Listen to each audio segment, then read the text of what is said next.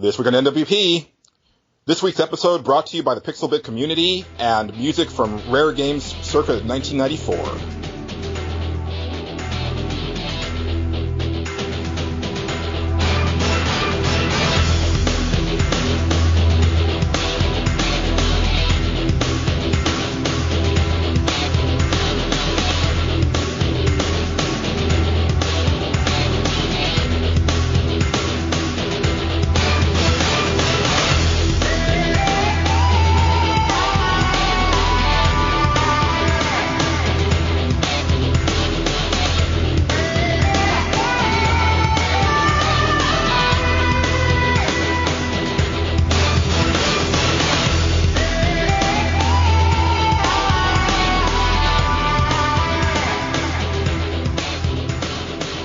And welcome to Nerds Without Pants, episode 63. I am Julian, and I'm joined as always by Patrick. What's going on? And Angelo. Hi. Really got to work on that, man. And joining us once again, because you demanded it, we have Casey. Hooray! I mean, people didn't actually demand it, but it was a pretty popular episode, so I'm going to say that they wanted you back. Of course they did. And they wanted to demand it on the inside. They were just being polite. Yeah, I mean, they didn't want to, like, go all fanboy and fangirl, like, on the comment section. They just wanted to kind of keep that on the down low, but you could feel the energy. Yeah, I like the sound of a Casey fanboy, or Casey fangirl. Yeah, we'll figure out as time goes what that would actually entail. But no, we're glad to have you back. I think your last episode was really well received and it was a lot of fun to do. And we are going to be doing a special Pixelbit community topics episode like we've done in the past. And you, Casey, are definitely very much plugged into the community, having come from the Pixelbit community. And you know, you definitely get to interact with them a little bit more than I've been able to lately, just because of my schedule and stuff like that. So I thought it was a perfect time to have you back on the show. Before we get into all that, we of course have our Consumption Junction. And Casey, since you haven't been on in a while, what have you been up to, sir? Well, lately, I recently beat Wolfenstein: The New Order. I kept hearing really good things about it, so decided to give it a try. And I don't think I liked it as much as most people do, but I still liked it a lot. My main issue was I think I shouldn't have played it on one of the harder modes the first time, because I really had trouble getting ammo in it. I was always low on ammo for the weapons I wanted to use, and it felt like The Last of Us in that regard, but like where The Last of Us, that's the whole point. This, I wanted just to shoot things. Like, I didn't want to conserve, even though I did do stealth when they gave me the option every time. That sounds like almost antithetical to what that game sounds like it is, which is like a, you know, run and gun type game. Yeah. That ammo would be a problem. Like, I felt I had that with the Transformers Cybertron games that came out recently, where I found it really weird that I was having to hunt for ammo all the time when I just wanted to blow stuff up. Yeah, same here. But this became like less of a problem as it goes on, because it gives you this energy laser, and once you hit a certain point, you get this upgrade where it starts recharging over time. So like, once I was low on ammo, I just switched to that. It'd be like recharged all over again. I'd use that to take out anyone less, because I'd usually be out during the end of a firefight and could just use that to pick off a few guys, and then could go around grabbing all their ammo and go through the calm areas where they'll have ammo available for me. So that was nice. And overall, I mean, do you think that maybe it's one of those cases where, like, nobody was expecting anything from that game, and then a ton of people were like, no, this game is really great, and then it may have gotten a little overhyped after the fact for you? Just a little bit, not that much, though. Not like what I feel was done with Beyond Good and Evil, where I really think that happened. But the best part about the game is the levels are really well designed. There's a bunch of different paths you can go through. You can approach it your way, not the game's way, and I really like that. Excellent. I do think you're going to have to expand on the Beyond Good and Evil thing, though. I don't get Beyond Good and Evil. Oh, wow. Yeah.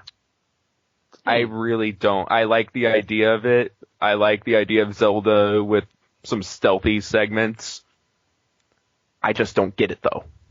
I don't think it's fun. Is it? Oh, okay. I was thinking maybe it was just like the oddness of the character designs, like. I love the character designs. Interesting. Okay.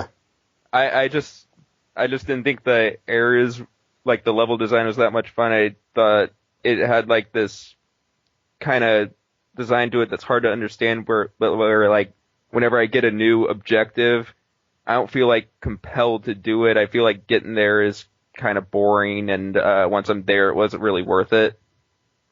Interesting. It's been I really haven't played it like in depth since it came out.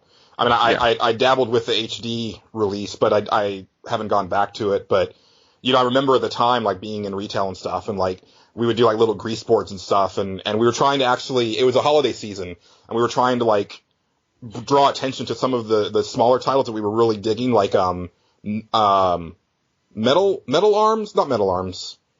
Glitch in the System. Glitch in the System. It was, like, about a little robot. I think that might actually be Metal Arms. Maybe it is. I get it confused with there's another Arms game that's a JRPG that came out for the Wild Arms? No, not Wild Arms. This one is like you're a mechanic. And you Arms games are there? Enchanted Arms? Not Enchanted Arms. This one like it was known for having like dogs that had like rocket launchers on their backs. Okay, I need to know what this is. Go on, yeah. And there's a little bit of a dating RPG element to it, and you can actually propose to the first girl that you meet and get married in the first like 10 minutes of the game. I'll have to look it up, but it's a pretty interesting game. But no, so it was Metal Arms, Sphinx, iNinja, and then the other game that we were really trying to push was Beyond Good and Evil. And what I said to people was like, it's like if the creator of Mario and the creator of Metal Gear got together and had a baby. Like, it's just so great. I was just so into it, and of course it didn't work. Like nobody wanted to touch that game, and I really do feel that, like, for most people, it was like, there's a pig in there. Why is there a pig in there? An anthropomorphic pig. Yeah, I love the pig. Yeah, I do too. Awesome. Yeah, they make you believe him, but I think it's a hard sell, like, to your average gamer at first. But you bring up good points, Casey. I definitely have to go back and look at it because there's definitely games from that era where it's like you go back and it's like, well, this has got some clunky issues that I didn't notice back at the time. Yeah, I'm going to go with the game is not. I didn't play it when it came out. I played it when they made a digital version and put it on Xbox 360, and then I downloaded it and played it then. And I was like, okay, this game is good, but it's not as good as everybody makes it sound like it is. Like, it's pretty good, but it's not awesome and mind-blowing. And I was expecting this amazing experience that would change my life, and that was not what I got. Yeah. Yeah. I don't think it was time for me because I played it 2 years after it came out. So. Okay. So that's good to know. Yeah, I mean, and it's not like that I don't know, like, I love that game, but I also kind of don't understand the cult following groundswell that happened, like, after it came out, because that game tanked. That game dropped from $50 to $19.99 in, like, a month. It was the fastest I'd ever seen a game drop to, like, greatest hits price, like basically they hadn't even sold through the original stock before it was, like, cut in, like, by more than 50%. It was crazy. Yeah, it went so fast that it actually made me go from wanting to play the game to not playing the game at all, and then thinking about maybe doing it, like, with the HD remake, but now that Casey's saying he's not that into it, it's so hard for me at this stage of life to get into, like, new worlds all the time. We might just have to skip it altogether. Yeah, I mean, and I'm wondering if maybe part of it is that the fact that the game did so poorly and people liked it enough that they wanted a sequel and they know they're not going to get a sequel might be adding to the mystique. Like we're never going to get a sequel. This game is amazing. There are so many people who would be angry at you saying that because they just have this blind faith that someday Ubisoft will make them a sequel, not realizing that this is Ubisoft we're talking about. Well, and also, like, I remember, like, Michel Ancel saying something in an interview that he couldn't do it on the PS3 and 360 because the ambitions that he had for the game were so great that he needed the power of, like, the PS4 and the Xbox One. And it's like, dude, your last game that had this title on it tanked. You need to be making it on like as small a budget as possible and possibly release it digitally, because nobody's going to buy, you know, a $60 million Beyond Good and Evil. It's just not going to happen. Not to mention, Ubisoft can't even make a game in their flagship franchise where the characters' faces stay attached. I mean, come on. It's not for the first month. That's a whole different rant. Yeah, and I'll give them the benefit of the doubt in the sense that that was the first next-gen only Assassin's Creed, so they might have been, you know, still working on the hardware. Like, if the next game is having those type of problems, then, you know, whatever, I'm not going to defend them anymore. I refuse to give them that benefit of the doubt because they released Rogue on that same exact day. If they had an Assassin's Creed coming out, just delay Unity. Mm-hmm. Oh, yeah. So they have had Assassin's Creed 3, which sucked. They had the one on the boat, which is Black Flag. That was very good. And then they had Unity, which was broken. They're 1 for 4 right now. So I actually kind of liked Assassin's Creed 3. Like, building the house and everything was cool with me. I'm in the minority there, but I know at least one kid in my class also likes that one. So there's also the additional added aspect of being in the Lexington and Concord battle and stuff like that. I know it gets a bad rap, but it was just about as much work and play as the other Assassin's Creed were for me. And by that I mean there are plenty of repetitious acts that you have to redo over and over again and do missions that are all very similar in all the Assassin's Creed games, but it was okay with me. Yeah, I mean, I you know, like I said, the only one that I've played is 4, and I really loved all of the, like, exploration and the ship stuff. I kind of hated all of the other parts where I had to play it, like the stealth and the combat and the traversal and the mission design. Yeah, 4 was so much better, don't get me wrong, but they have, like, infinite combos, which makes the game kind of, like, dull in a lot of ways. So all you have to do is, when you're in a big crowd of people, press O to counter the first person, and then you just press triangle and forward toward whoever's going to attack you next for the rest of the time, and it will just it will keep going. You'll have, like, this infinite combo. It'll look beautiful, really artsy, kind of long Quentin Tarantino movie combos, or like Old Boy or something like that, where you're just going through a hallway and taking down people left and right, but that kind of shouldn't be that easy. Yeah. It's not just that, but the enemy AI is just so terrible in those games. They just swarm around you. Occasionally one of them will attack, and once you, like, actually stab one of them, you can just stab the rest of them with one hit. Yeah, I really feel that they should take 2 years off, and in the time that they're doing that, they should have the core team just completely rip off wholesale everything that they can from Shadow of Mordor, and then put that into Assassin's Creed. They won't, though. I know, but they should.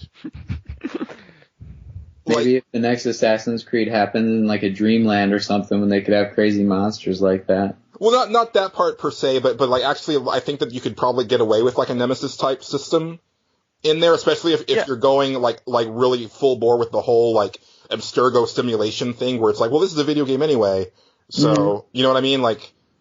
Or yeah, because captains really rank up in real life, right? So. Yeah. Or they could, like, make it where you have, like, Assassin's Creed 1, you have targets you need to assassinate, and if you don't plan the assassination right and the target gets away, you have to face consequences for that. Exactly, yeah, that type of stuff. And you know, and I said this, like, way back when I first played Assassin's Creed 4, because again, it was my first experience with the series, but, like, I know that they did the whole, like, counter combat thing before Batman, but there have been 3 Batman games since that. They should probably try to look at those games and, you know, copy the copy, and because the copy is better than the original, and just go with it. I don't know. Assassin's Creed combat is just so boring. Yeah. But I've digressed. I didn't want to like derail your stuff, Casey. It's just the Beyond Good and Evil thing threw me for a loop. No worries. Yeah, but another thing I've been playing a lot of. I'm always playing this, is online Pokemon. There's this one website called Pokemon Showdown, and lets you play it on your computer, and they have it working so you actually have the polygons of the Pokemon when you're fighting each other, and they're fully animated and everything.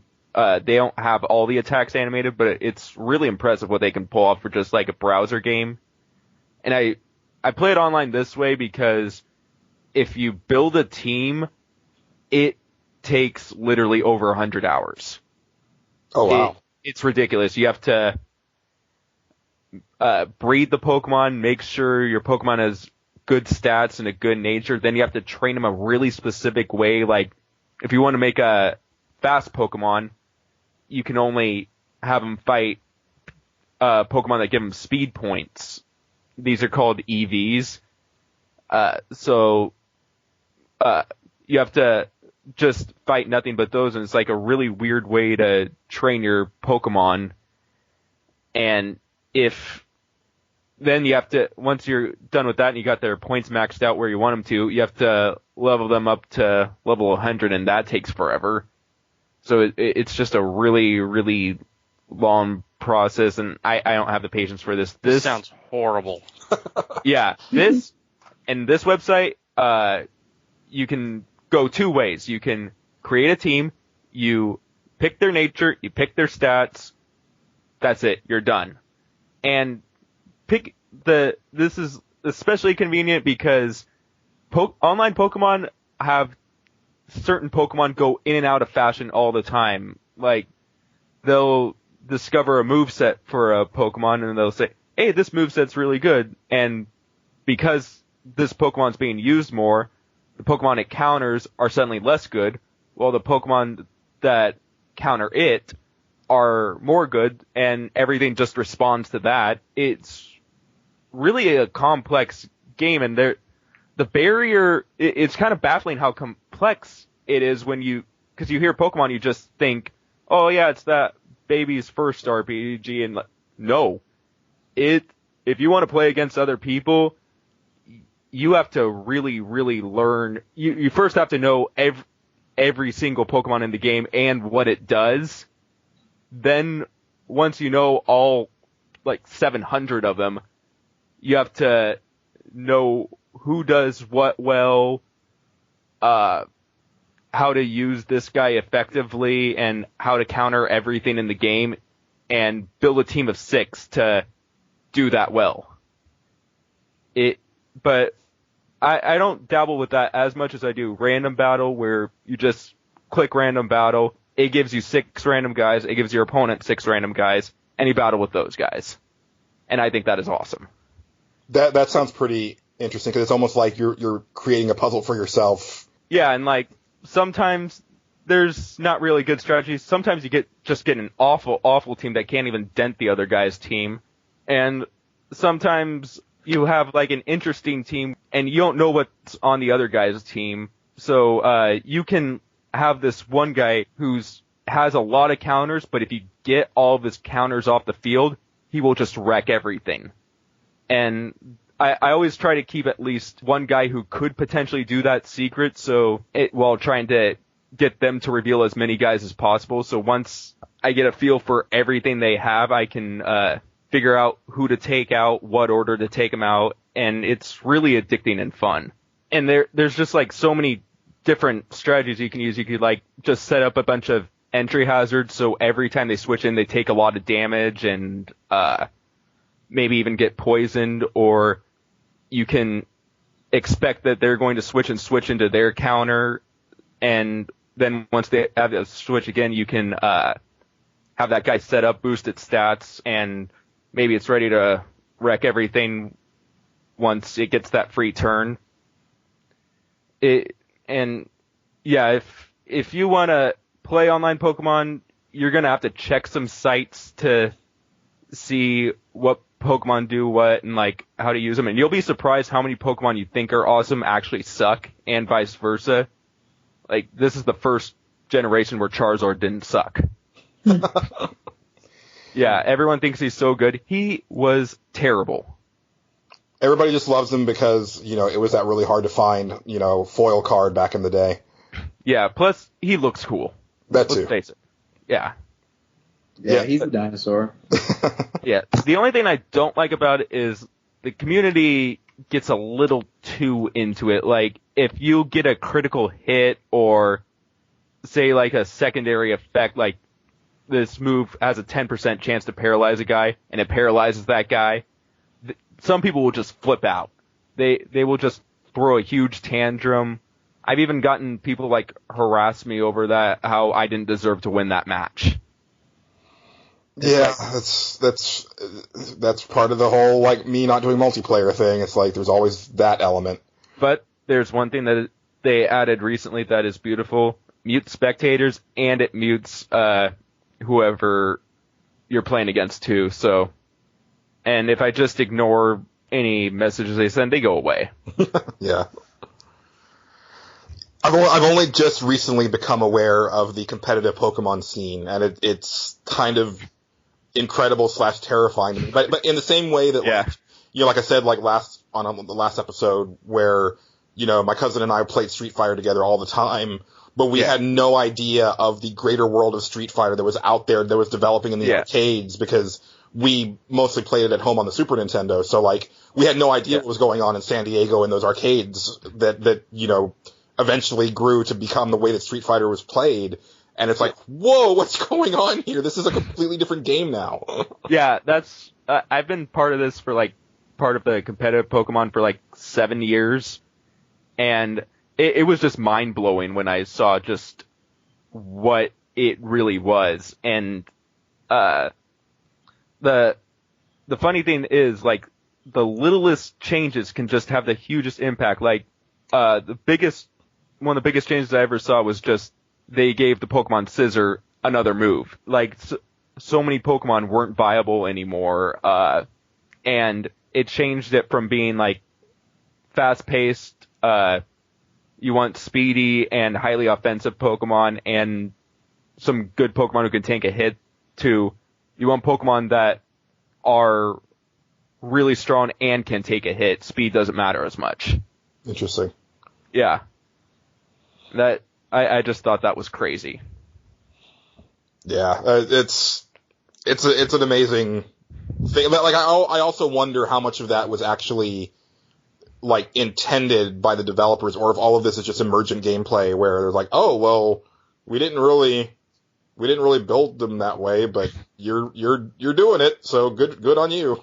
I think they started doing it with the Game Boy Advance games, because that's when they started adding certain mechanics that really only make sense in a multiplayer arena. Like, if it was in a single player, it's like, oh yeah, that's kind of a neat addition. Doesn't do that much though. Like, nature's, like, your Pokemon, depending on what Pokemon's nature is, one stat is boosted and the other stat's lowered. So if your Pokemon doesn't have a good special attack, it makes no sense to have a neutral nature. So you want something that lowers its special attack, and whatever stat you want to boost, you boost that one. Yeah, and like, it's just kind of a small little addition. It really doesn't matter much in the main game, but in multiplayer, huge difference. Right. So I think they're pretty aware of it now. I don't think they had any idea it'd become that popular with Red, Blue, and Yellow, and even Gold and Silver, because those games don't have as much fun multiplayer as the Game Boy Advance and DS ones. Well, it's cool that it can keep you that invested for that long. Yeah, actually wasn't that invested for Black and White though, because they made some changes and added, like, Pokemon that were too good. So, like, it changed the game in a way I didn't like until the community ends up being, like, the deciding factor. Like, they make entire tiers for Pokemon. Like, the legendaries are called Uber.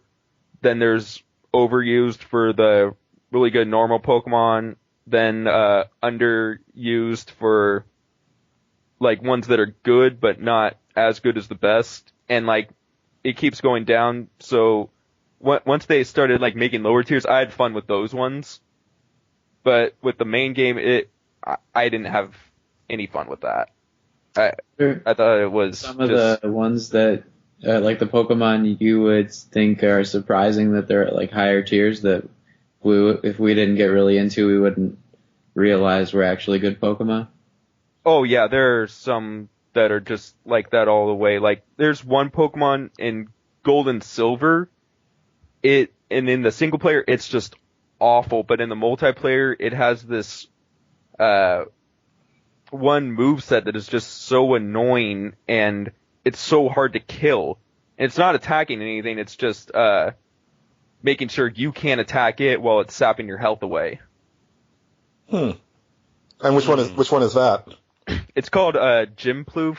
It's like a grass flying type, and it mostly does this thing called Subseed, where it uses Leech Seed on you, which saps away some of your health every turn. Then it uses Substitute, so and it's like super fast. That's its one good stat. So like every turn you try to kill it and you only hit the Substitute, and it's gaining health because your guy's health is probably more than its health. So you can't kill this thing. Wow. Yeah. Yeah, I don't know that one. I know Jigglypuff. I know Psyduck. Like I fell off real quick as far as like being able to like tell Pokemon apart. Yeah.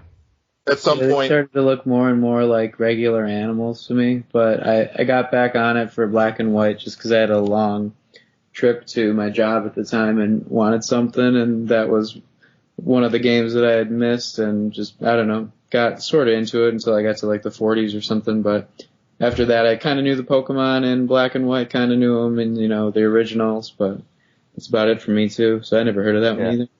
I thought Black and White had some of the weaker designs. There's some I really love, but there's so many that are just either so lame or they're just lamer versions of Pokemon from Red, Blue, and Yellow. Yeah, it was kind of like, why would you name it Tepig? All you did is take the H out and you were calling it the pig probably beforehand. One thing I like about that was with the starters, people were comparing to Metal Gear. You had Solid Snivy, Tepig Boss, and Revolver Oshawott. I approve of that. Yeah. Anything else you've been up to, Casey? Dark Souls, but don't really want to touch on that too much, just because everyone's talked about that game. Everything that's said has been said. The one thing I will say is I originally got Dark Souls 2, and I was playing that, and then I decided, no, I'd rather be playing Dark Souls 1. So I started a new game on Dark Souls 1, and now I'm playing that, trying to finish it this time, because last time my save was corrupted. Ooh. Yeah. I hate it when that happens. Basically what I'm hearing is, you're dying a lot too, huh? Yeah. Yeah. The game does warn you about that. Yeah, I'm playing it on PC, but I haven't installed that mod that changes "You have died" to "Thanks Obama." That's fantastic.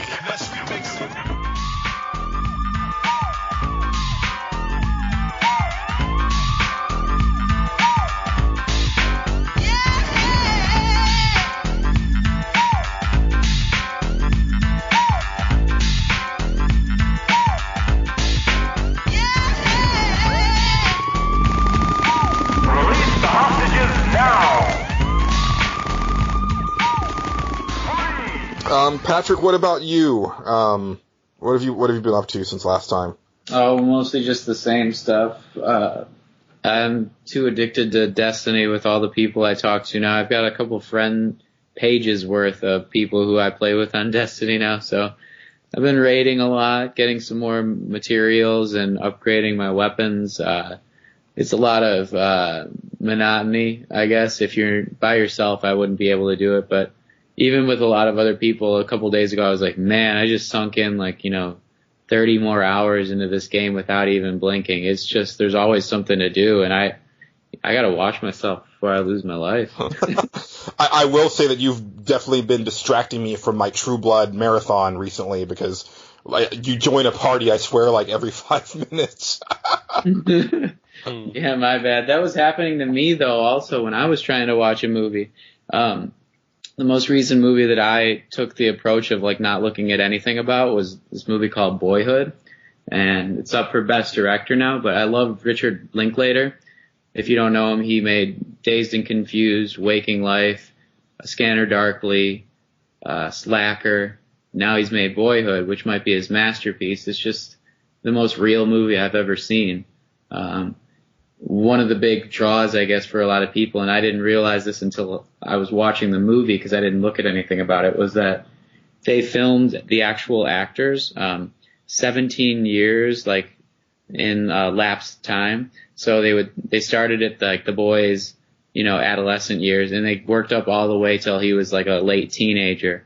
And it was like the same real actors. So Patricia Arquette looks like, really good looking and like svelte and stuff like that when she's in the younger episodes or in the younger portion of the movie. But as the movie gets like older, so does she, and you see them age before your eyes in a realistic way instead of like, oh, there's this new person all of a sudden. And it doesn't even tell you like 3 years later or something like that. You just kind of know as it changes scenes. So, yeah, I was really happy with going into that not knowing anything. And unfortunately, I just spoiled a little bit for you, but it's no big spoiler for a 2-hour and 45-minute movie. Well, and I mean, I don't know about like the rest of the public, maybe just because it was an Austin thing, it being filmed here, but like that was like the hook was that, he'd been filming this thing for a really long time, using like the same kid and stuff like that. So I felt like that's really the only thing that I ever heard of the movie was that, oh, he's been doing this for, almost 20 years and it's the same people in it and you get to see them age for real and, Yeah, but I mean, it's really the story that's gripping to me, and it's got little things in the movie that are like in real life, but you don't ever see them remember, it seems. I thought I knew he was doing something like that, but I don't look into his daily life so much, so I probably forgot about it a long time ago, and I'm glad I did, because not having any expectation for this really just set the tone for the movie, just like life, not having an expectation of what's going to happen. It just feels so real. But the whole point of that was you escape so much into a movie, and then all of a sudden you have the same guy joining a party like 10, 15 times, which I had the problem of. So I'm sorry about that, because I know how everybody in the room, myself included, is like, oh, when is this going to stop? Like, also, because like it sounds a lot to me like the trophy sound. So I'm like, I got a trophy for watching it. Oh no, it's just Patrick. Mm-hmm. Yeah, and it's the same sound as when you get invited to do something. So, like, if I'm in the room and I hear that, I run over and see, like, hey, did I get invited to a party that I have to join really quickly? Or, like, because, like, these raids fill up pretty quick when you're on the in crowd. There's, people who, we have, like, whole pages worth of people you just start inviting. And, it's the first 6 people who respond are the ones who are in sometimes, if they're not your closer friends. But it's still fun. Patrick's got a gang, guys. He's part of the Soches. They're going to go up I forgot to tell you. So I think I joined a clan in the last 2 weeks. I actually founded it too. You founded the clan? It's called Ancient Celtic Warriors, and I'm a co-founder. That was one of my stipulations of being on it. So ACW for short. But I was thinking about it, and I was wavering whether or not I should be a part of the Ancient Celtic Warriors, and I was like, hundreds of years from now, when my destiny has been achieved, people will look back and think that was an ancient warrior. Was that St. Patrick? No, that was Patrick Kijek. Well, and to be fair, Patrick, you are redheaded enough and pale enough that I'm pretty sure that you have a Celtic warrior like in your lineage somewhere. Yeah, I most likely do. Or a coward. I'm not sure which.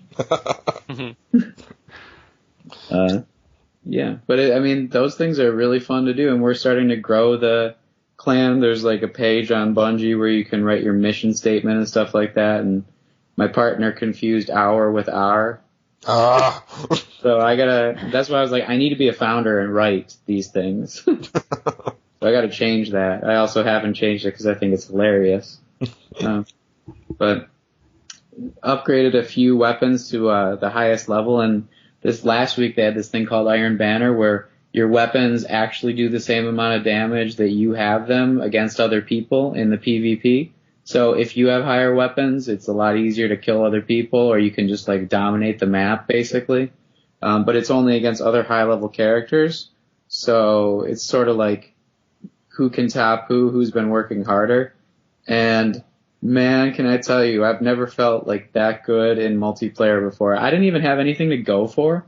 In the Iron Banner, there's like ranking up, and you go to this guy, Lord Saladin, who's got these bounties. You have to try to complete things like 5 headshot sprees, which is like 3 headshots before you die, headshot kills, and like get 10 headshot kills with a machine gun, which is a heavy ammo gun, and you don't get that much in multiplayer, or like 50 headshot kills total or something like that. And one of them was 10 kills without dying. I was like, I'm never going to get that one. Well, day 2 of my trials for the week, I was just on fire. I had the machine gun.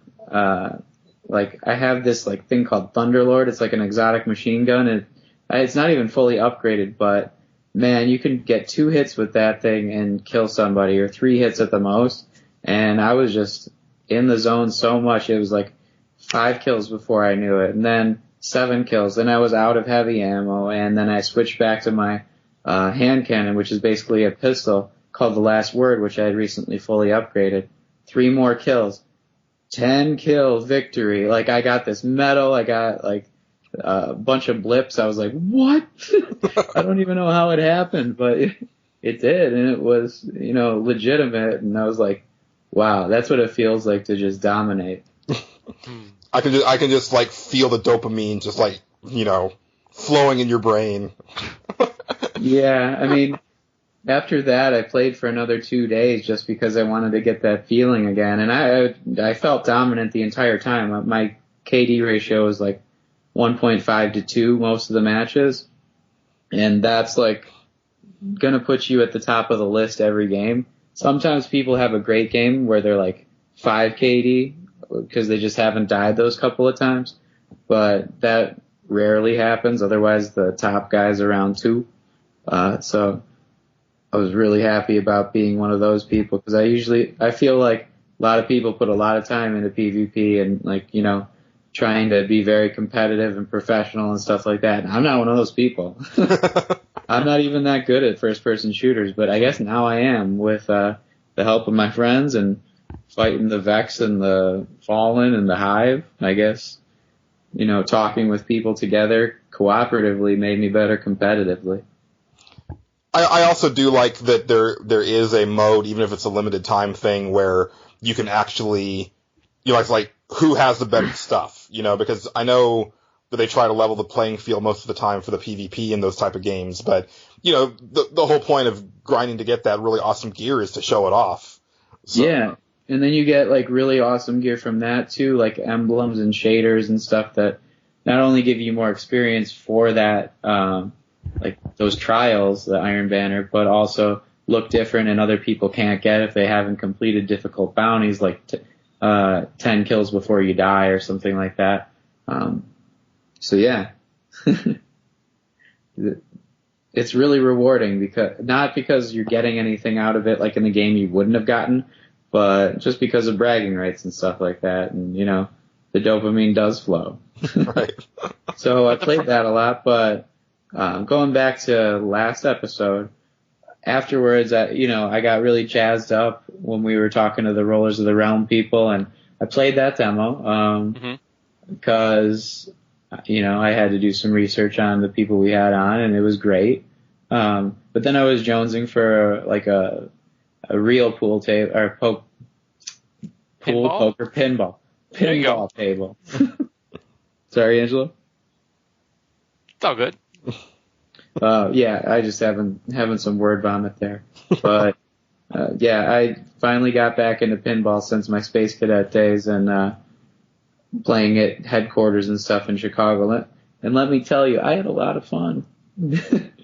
I didn't quit for a good 4 or 5 hours the first night that I bought some Zen pinball tables. And I know that, people are like Angelo are going to say that they just don't feel like real tables. I want the actual tables that are in real life. But for me, like, the moving parts in a digital table make it so much more fun. There's like, on the Boba Fett table, Boba Fett jumps from one side to the other when you're doing missions, and there's just so much more that can happen in the table once you get it 5 times in a row in a certain pocket or something like that.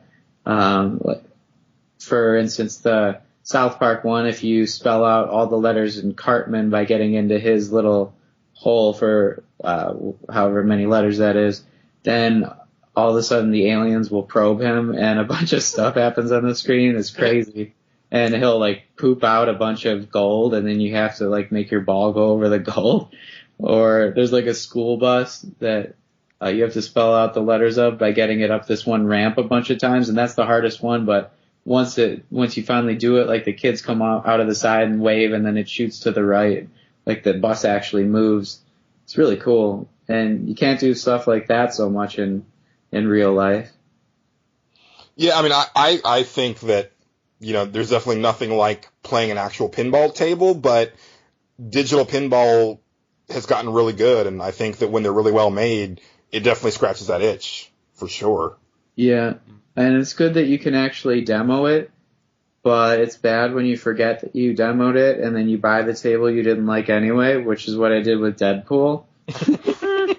And I love Deadpool, so I was like, oh, this is going to be a funny satire on pinball games. So you open it up, and he's playing pinball on the pinball machine, so it's super meta. He's like making comments about it too, about, oh, this is so crazy and meta and stuff like that. And then you realize that his voice is terrible and annoying you all the time and making you bad at this game. And yeah, I forgot how annoying that Deadpool was. I was just like, oh shit, I wasted $250. Consider it a teaching lesson. Yeah, don't buy things when you're inebriated. I was thinking more, don't buy Deadpool. Oh. The gauntlet has been thrown. Watch out, son. Deadpool's actually dying soon. Deadpool dies all the time. A comic book death doesn't mean anything unless it's Gwen Stacy or Uncle Ben. And even then, those are suspect these days. But like the metaverse is actually colliding on Deadpool in the Marvel version of the end of things. Or there's also they're all colliding on Spider-Man, but it's also happening to Deadpool, I guess. I don't know. He has died 3 or 4 times that I know of, though. I mean, I thought he dies as much as Wolverine dies, like, because he has the same like strength healing factor, doesn't he? Like he's just kind of invincible. I was just asking, isn't Wolverine dying too? Well, they killed him, but he'll be back in a year. Yeah, he's just spending time with Jean. Yeah. I would. I mean, I haven't read the issue, but on the comic book podcast that I listened to, apparently there was an issue where Wolverine regenerated from a drop of blood. So, yeah. Yeah, no, I've seen that. I think in the Wolverine where he's facing off against Hulk or something like that, and Hulk tears him apart almost completely. And then he just kind of like, his blood flows into like the different parts of his body and like rips it all together. It's so he's weird. Basically Majin Buu. Yeah. Or a vampire. It's just going back and reading those old like Chris Claremont and Jim Byrne X-Men issues when Wolverine was not the center of the whole show. It's just so good. Like he would get shot in an issue, and then like 3 issues later, he's still talking about the wound because he's healing, and he's healing much faster than a human would. And, he can get up and do stuff, but he's still like, no, I got shot in the chest, so this still really effing hurts. And I'm not at the top of my game right now. And I was like, they need to go back to that. And also need to go back to him not being the center of everybody's universe. Like, I liked him better when he was the gruff, doesn't get along well with others guy on the team who, somehow comes in and pulls things together, even though he'd probably much rather be on his own drinking a beer and having a cigar. Yeah, just like Raphael, man. That's what makes him special. Yeah. So then Hugh Jackman had to Hollywood it. And... Don't even get me started. The thing that pisses me off the most about those X-Men movies is the end of X-Men 3, when Wolverine is like looking over the school like it's his damn school. Oh. Yeah. Jean Grey school, goddammit. Isn't he just supposed to be like the I don't care about this guy? Yeah, he's supposed to be the, like, I don't care about this, but somehow you guys are getting to, like, the center of my heart and you're kind of in there, but I'm not going to admit it to you, like, under pain of death. Mm-hmm. But I'll buy you a beer sometime. and that's all we'll say about it. That's another thing I wish the movies would do. He is such an alcoholic in the frickin' comics, and they barely even mention that in the movies. That's, like, one of my favorite parts about Wolverine. Well, yeah, he also doesn't smoke anymore, I think, because of the movies. Like, they've toned down his character quite a bit. He might have toned down on the killing, too, come to think of it. I'm not too sure on that. Yeah, didn't he used to just, like, sometimes go wild? Yeah, well, even when he was just by himself, like, anytime that he was left to his own devices back in the day, he was gonna kill fools.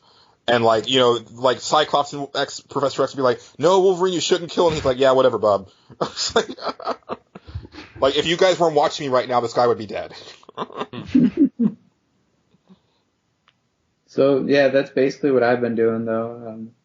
I actually read one comic I'd quickly mention, as long as we were on the comic topic, which is this new thing called Drifter by Image. And at first I was like, oh, this is just like East of West art style with a low kind of sci-fi story or something like that. And then you get to the last panel of the actual story, and it makes everything different. And then you read the letter afterwards and how involved the artists are in the story and how they think it's really unique.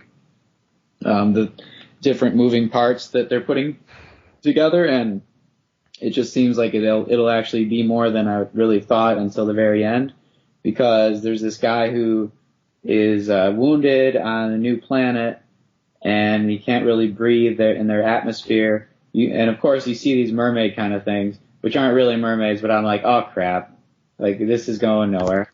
And then by the end, it's not really about them. This is there's like an inhabited city and stuff like that. And the guy wakes up from being shot, and it's like 2 days later, he thinks. They go to the ship, and the ship is like, he's like, well, the ship will still be steaming. I just got here. And they were like, no, this ship's been here for a year.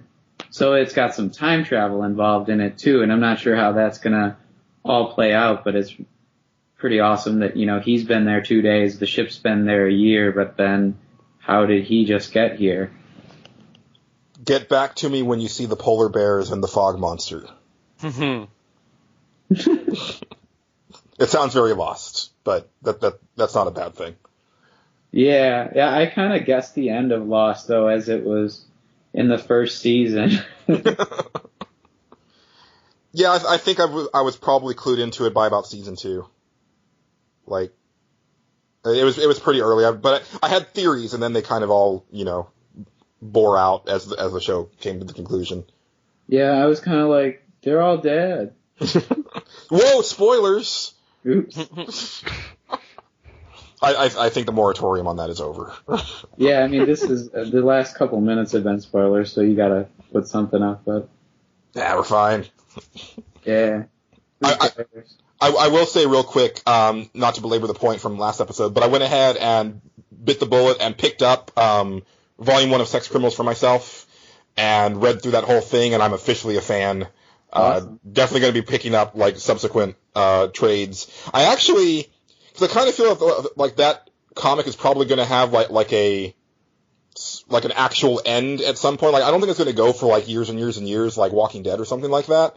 I hope not. So part of me kind of wants to just hold off and wait for that eventual like hardcover that collects everything, but I also kind of can't wait. It's funny you mentioned Walking Dead though, because the writers for that have said they do have an ending for it.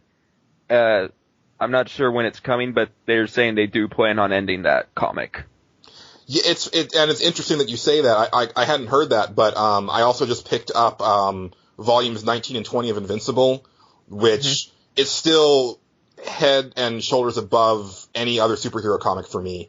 Like it is just perfection itself when it comes to superhero books, in my opinion. But that comic is getting really effing dark.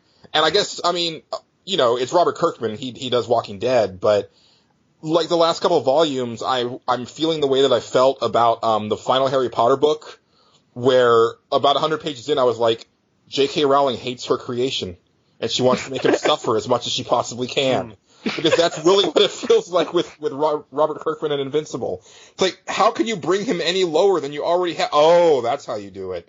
Wow. Okay. That's terrible. And I'm not going to go into it, but like if you're sitting at home and you've paid attention to Invincible, you probably know what I'm talking about. And it involves a female Viltrumite around volume 20. That's all I have to say. Well, I really like that comic and all. It just got to be a little too much for me after issue 50, and I took a little breaks, and I haven't gotten back to it. Sort of the same as The Walking Dead. I think I also read the first 50 issues and was like, okay, now I'm going to take a break from that. And then the show started, so I went all the way through the show to like the last season that was on. And then I just realized this is the same thing over and over again for 50 minutes. There's the same kind of plots that are going to happen. Someone's going to get lost. Someone's going to be found by someone else, saved on the brink of death. There's going to be a minor character that dies.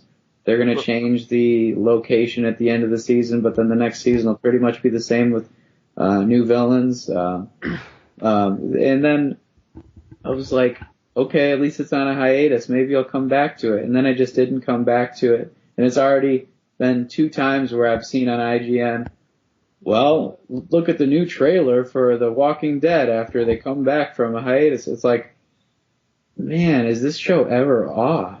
Yeah. Well, the comics are actually doing something when they took like a hiatus, not like in real time, but in comic book time. It's like years later from the last villain, and like they've actually rebuilt society. They've come up with ways to keep the zombies from being a big threat, and they're farming now. They're Carl's training to become a blacksmith. Well, that's cool. I think I should have actually stuck with the comic and just not watched the show as much, which is more a dramedy. Yeah. Yeah, I mean, I kind of fell off of the comic for the same reason, Patrick, where like the last trade that I read, they had gotten to, it was like this walled off like cul-de-sac type thing where like people had been able to eke out a living for themselves by really like keeping the undesirables out. Like had like a really like stringent like screening process to let people into their community. And I was like, okay, so this is how it's going to be. Like they find a place that's safe and they're there for a while and drama happens, but then the zombies break in and then everything goes to hell and they have to migrate again and then just rinse and repeat. But yeah, to hear you talk, Casey, like that actually sounds a lot more interesting. Like, yeah, see, like after the zombies attack there, they rebuild. They don't migrate somewhere else. They rebuild and they try to adjust. Okay, the zombies are going to do this. We have to adjust how we live so that the zombies are not a threat if they do this. Interesting. I might like jump back in. A lot more than just being a wanderer. I mean, they do bring in a new villain right after that, and that guy just, like, they show he's a threat by just,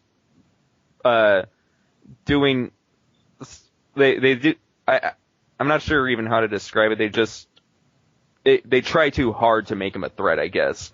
And he gets better after that when, and they just have this all out war with him. Then the war ends. Then they do a time skip and you're seeing them actually create a society. Very cool. Yeah, I might have to jump back into there. Yeah, I'm just giving you that as a warning in case, like, you open it up and are thinking, what's Casey talking about? It's just more killing all over again. Well, I mean, it's definitely a slow burn of a comic, so yeah, it's not like I would just like pick up like the most recent couple trades. I'd have to go back and pick up where I left off.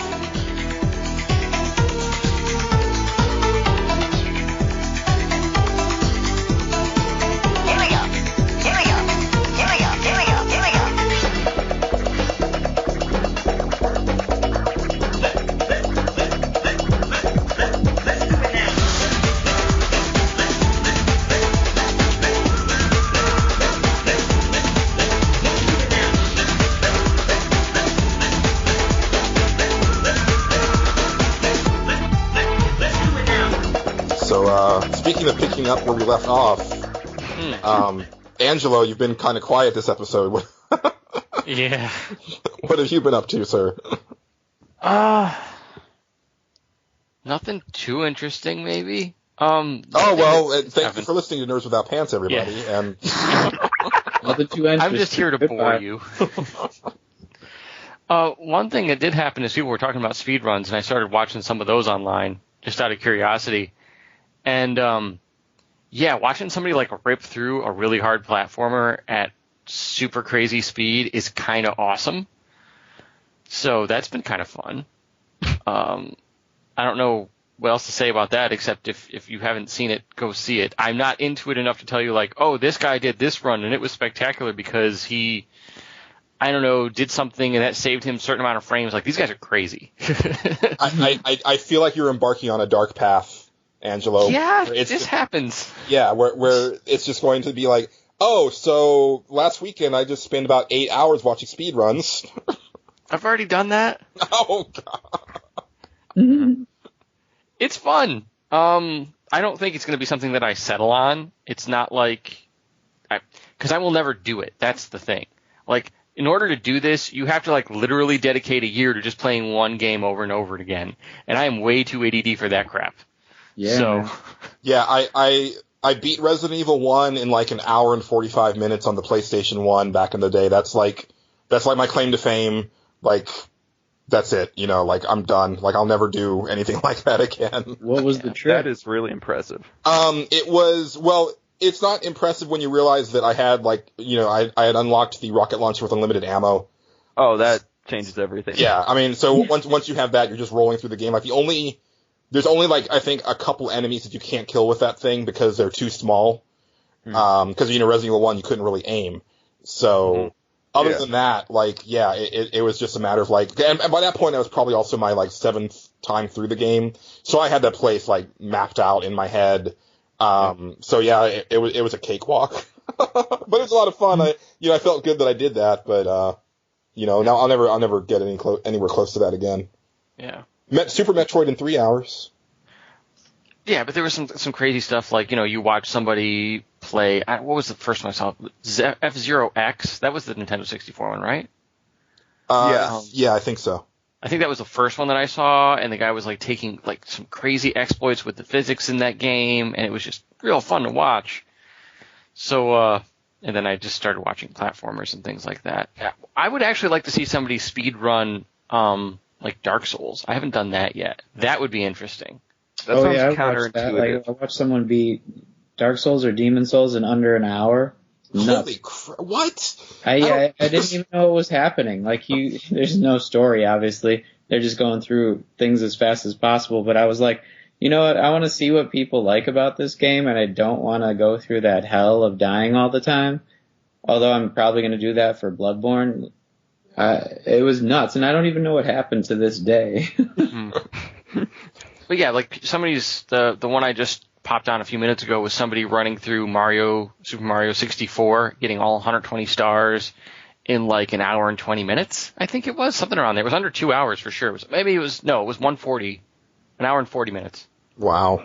And I mean, all of a sudden Mario turns into like this ninja when people get their hands on him. He's like darting and flying everywhere and doing this crazy anti-gravity stuff. just nuts to watch these people do this stuff. I mean, that's a lot of skill, so that's fun to watch. Mm-hmm. I'm not so into the whole, I'm going to stare at this corner for 30 minutes until I clip through it and then walk behind the game into the end of it. Like, they did that with Zelda 64, right? Like, isn't that the thing? Like, yeah, you can do it with that one. Glitch through a door and then you're at the end. You can do it with almost, like, you could also do it with the Super Nintendo one. Like, they did it with that one, too. I've watched the Zelda one, though. The Zelda one's crazy. There's, like, this place where you have to turn backwards, and there's, like, this little crevice that you have to do, like, 3 backward flip jumps, or whatever you want to call them, into the little area between, like, a ridge and, like, the side of a mountain that you're going up, and if you fall into that, you'll fall, like, through the world to wherever Ganondorf's castle is, so you, like, drop right into the end. Yeah. There was one where the guy beat Morrowind in 15 minutes by basically right at the beginning of Morrowind. He built his character, and then he started the timer when the game started rolling. So after he built his character, but before, basically as soon as you get control of your character, and he ran through the intro real quick, and then ran to the place where that guy drops out of the sky and drops the stuff that boosts your agility to like 1,000 temporarily, like the potions. And then exploited some glitch to like boost his stats while he was flying to the end boss's castle through the air. It was just hilarious. Is that the one where he like hits the final boss with a hammer a bunch of times on its foot and somehow it dies? No, that wasn't Morrowind. That might have been Oblivion. I don't know. But one of the Elder Scrolls I saw, the guy just gets like this enchanted hammer that has temporarily high stats, and he just smacks it like 3 times, and all of a sudden, game over from hitting guy on the toe. Yeah, but platformers are fun to watch. Like, and if you're watching like one that you don't just want to see like a couple like just glitches the whole time exploited, watch like 100% run, because then they have to get like all the items in the game. Like I watched a 100% run of Bionic Commando, and that was nuts. I can't even imagine beating Bayonetta Commando just period. Oh, and these people don't care. Like, they have the game memorized down to the very frame. So, like, he'll know if I've damage boost off this enemy, like, take a hit from this enemy, it'll bump me this way, make me invincible, and I can run across these spikes, and it gives me enough time to get here. Like, it's all just optimized for speed. And he'll get to the end boss with, like, a sliver health, not care because he knows the pattern and isn't going to get hit. So it's fun. So... and then Hitler's head explodes. Yeah.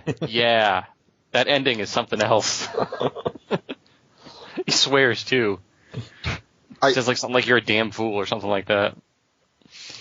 I did beat Chrono Trigger in 5 minutes, but everybody did that, so I can't really, New Game Plus, go fight Lavos, and you're done. Yep. That's fun to do. What else? So... I started playing Ace Combat 6 again because the music episode got me into it, and it's a fun game. It's still just like dumb arcade action, like you just fly around and shoot things, but it's fun. It's not completely ignorant, like you have to make smart decisions and things, but you're also loaded down with like 180 missiles on a plane, and that's completely unrealistic. But it is fun. So there's that.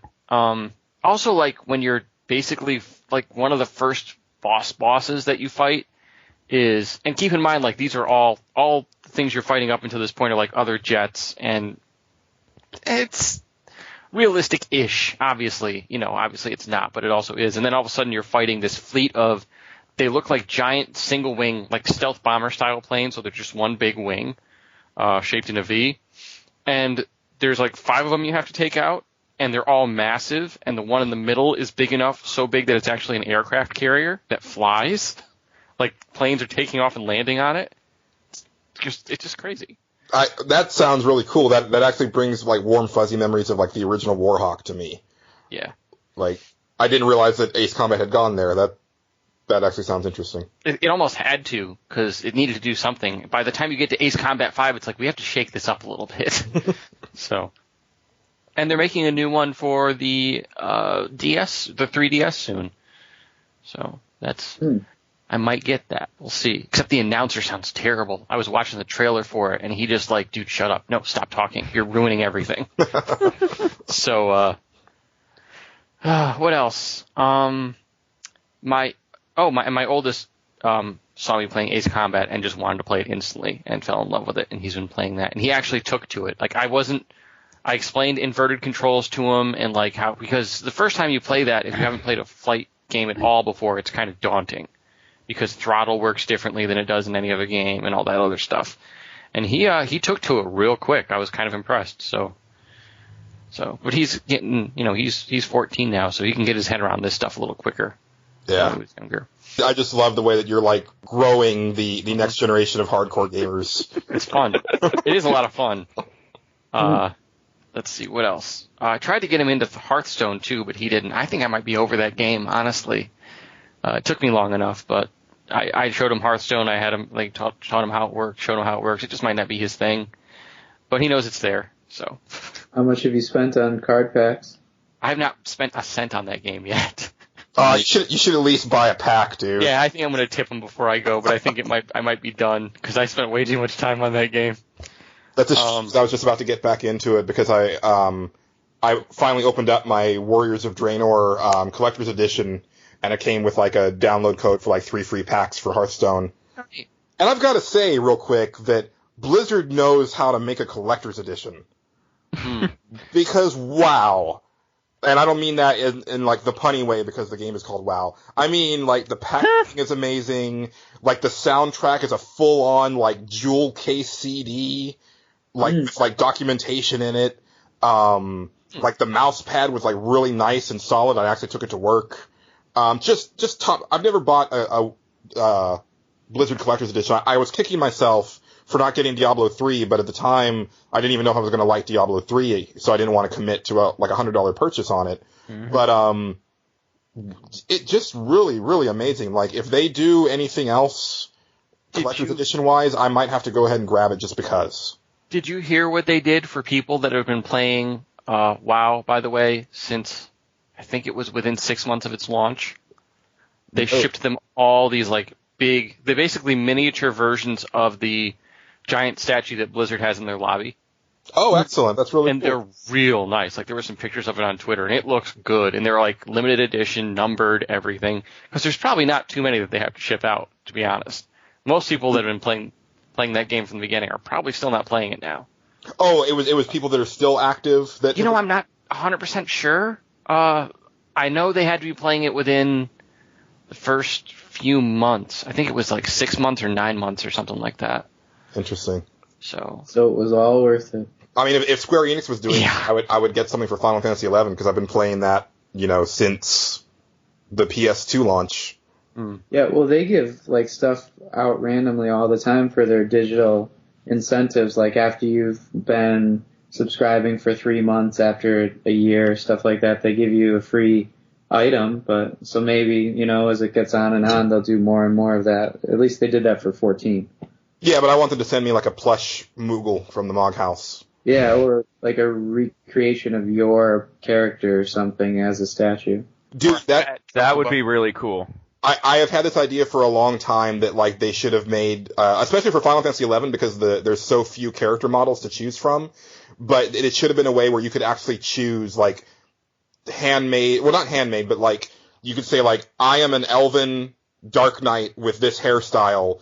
Make an action figure for me. And I would, like, it'd be like a $50 figure, but, like, they could do that relatively cheap because it'd be like, okay, well, we have this body type with this armor, this head type, and then we, like, engrave your name on the packaging, and then I totally would have paid $50 for, an action figure of my character.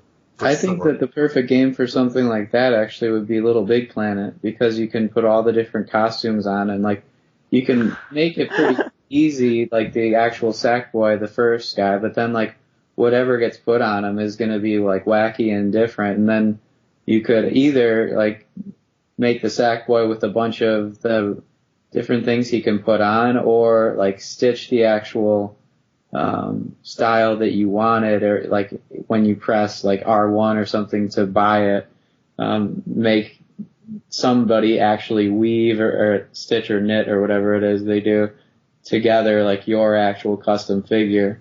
That'd be awesome. Yeah, definitely. I'd also like a Mass Effect one where they let you have your own Shepard. Yes. Yep.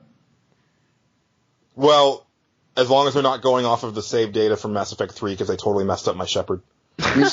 Someday I think that the Mass Effect games and stuff like that will actually be easier than like Little Big Planet, because they don't have to look like they've been stitched. Actually, you can use a 3D printer, and whatever model you've already created can just be imported to the 3D printing app, and then you could have your own figure in a matter of hours. Yeah, Ed Fries, who was like formerly of Microsoft, like he was kind of one of the people behind the original Xbox and the Xbox 360. He got into that for a while. He was doing 3D printing of people's WoW characters. He was like actually having them. He had a business where they were selling little, I think like 4-inch statues that were 3D printed. This is back when like 3D printers like were brand new and stuff like that. And I thought that was a pretty cool thing that they were doing. But I wanted something bigger. Right now I'm looking at like one of my 3D printed things, which is like my first one, and it's like a tree frog. Printed it in white, and probably should have made it a color and stuff, but it feels like an actual little figurine. It's not as heavy as a pewter figure, but it's more like one of those plastic G.I. Joe soldiers or something like that. It's not light. Nice. Angelo, anything else you've been up to? A couple of things. I don't know how much we want to talk about it. My youngest brought home a DVD set of 4 TMNT movies, the ones that we grew up with, the live action ones. Wait, and 4? we watched there's also one from and an animated one. 2007. I'm sorry. There's 3 and then there's an animated one. The CG one from a while ago? No, I think it looked like cell animated. I don't know which one that is. I've never seen it before. So okay. I haven't seen that one yet. I might check it out. I might not. I don't know, because if the other 2 are any indication. But anyway, so we watched the first one, and it was, having not seen it since I was a little kid, it was kind of eye-rolly quite a bit, but it still held up better than I thought it would, especially once it got going. Like in the beginning, it was kind of like, oh, really? This is bad. But it hasn't been that long since I've watched it, and I still dig that movie. It's so 80s, man. It's so 80s. It's amazing. Well, yeah. I mean, that's what I think kind of endeared me to it once it got going, is it's just like, wow, that's fantastic. So, but yeah, I mean, it's corny, but so is the cartoon. So, what do you want? I mean, but as far as like also just an action movie, even as a kid, I was impressed with like how violent it is. Mm-hmm. Like they're doing some pretty awesome ninja type moves in there, and as a kid who I would play with the toys and make them do all sorts of awesome flips and kicks and stuff like that, and then having to watch the cartoon where they were like always throwing a garbage can on somebody or throwing a frisbee at somebody, like they would never actually pull out their weapons, and it was like to see them actually like, oh, Leonardo just sliced up a dude. That's really cool. Yeah. I also like how during the fights they're kind of like goofing off during the fight, like yeah. I mean, Michelangelo and Donatello in like the final battle is like one of my favorite movie scenes. It's fun. It was Mikey. Fun. I mean, I think I just had to get back into that mindset. Maybe that's all it was. I don't know, because again, how often do you really see stuff like that? But yeah, he liked it. We liked it. He wanted to watch the other ones, and I was like, maybe some other time, because I know they're not as good as the first one. So yeah. And what else? I might hold off on Kingdom Hearts 2, but my wife's been playing that. Well, was playing that. She stopped, which surprised me because she loved the first one. She and I might be of similar minds, because I loved the first one and also stopped on the second one. Was it during the Little Mermaid section? No, we haven't gotten that far yet. Okay. Oh, okay. I think what it is the game is very, very bad at directing the player. It's very bad at directing the player. The intro part of that, where you're playing as Roxas, is very on rails, like very directed. Yeah. And ponderously slow. It reminds me of Dragon Age 2. Yeah. And then once you get playing as who you actually want to play as. And by the way, it's really hard to follow the plot. It's it's a Nomura joint. Yeah, only Square Enix could take a game about Disney characters coming together and make it one of the most complex video game plots ever. Yeah, like when the whole Roxas thing was over, she just looked at me and she was like, "What the hell just happened?" I'm like, I don't really know. I don't think anybody really knows. So that was that. And then, she got playing it and she says it feels better, like the combat and the controls feel better. But it's just the game still has that problem of, where do I go now? Oh, I have no idea. And okay, I'm going to go to this world and I'm going to explore it, but and I think we also don't necessarily see this because we used guides or we did something. I don't know. Like, I remember having a lot of that explained to me somehow with those older games where it wasn't explained by the game very well. This feels like it's just way too easy to get, not lost. Lost isn't the right word, but just not know what to do. So you go to a new world and it's like, great, I'm here, and this is where the game sent me next. Now what? You find the Disney character, and there's never an objective that's like, oh, you need to go here and do this. It's just, there is an objective, but the game doesn't also show you the steps to get to that objective. It's just really obtuse and hard to navigate. And Kingdom Hearts 2 isn't that much better than Kingdom Hearts 1 in that regard. So that's been kind of frustrating. Also, the thing for me, and the reason that I burned out on it so quickly, was that I feel that Kingdom Hearts 2 front loads you with like repeating a lot of the worlds from the first game, like right off the bat, and it's like, wait, I already did this. Like, where's the new stuff? And I know it's in there, but I was like, I've got to go to Halloween Town again. Like, I was here last time. Mm-hmm. And that's fine if they want to revisit it, but revisit it later in the game. Like, let me see some new stuff first. Yeah. That and like the Winnie the Pooh thing is exactly the same. At least they seems that way. At least they did start you out with Mulan and Beauty of the Beast, though, like 2 new areas.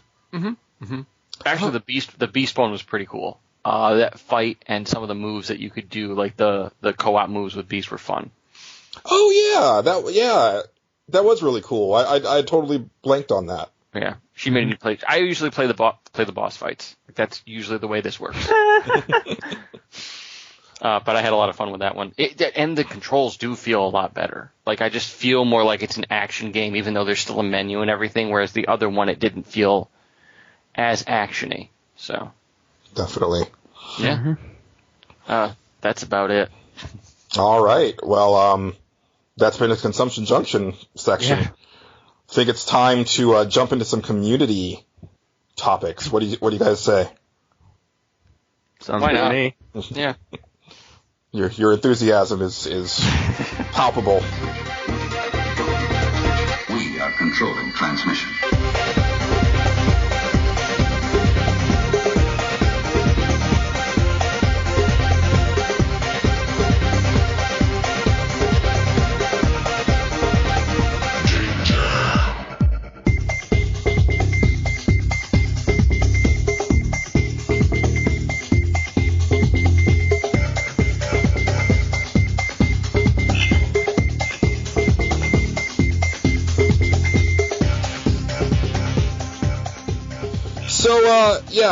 I put the call out because it had been a while since we'd done a community episode, and I thought that, it was time for us to do the obligatory look back at 2014 / look forward to 2015 thing.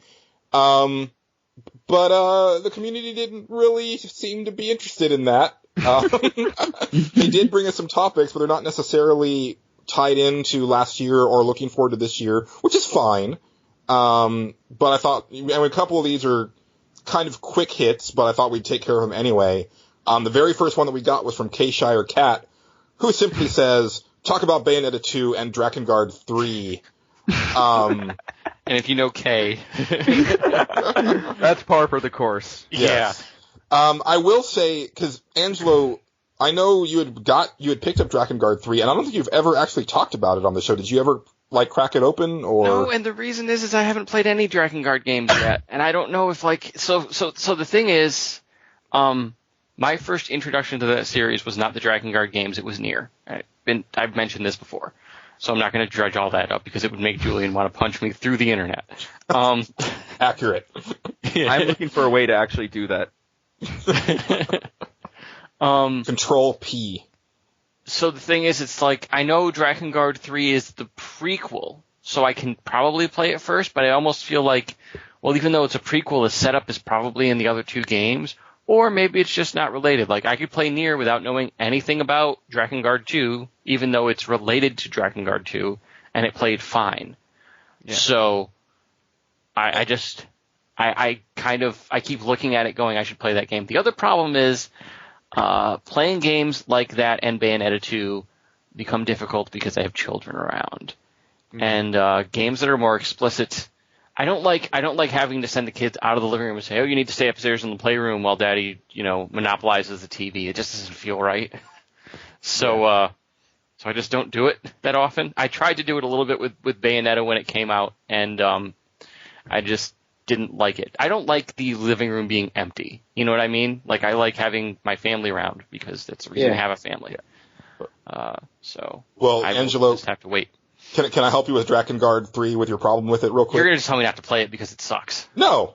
Oh, no. Okay. Have you ever played a Dynasty Warriors game or a game of its ilk?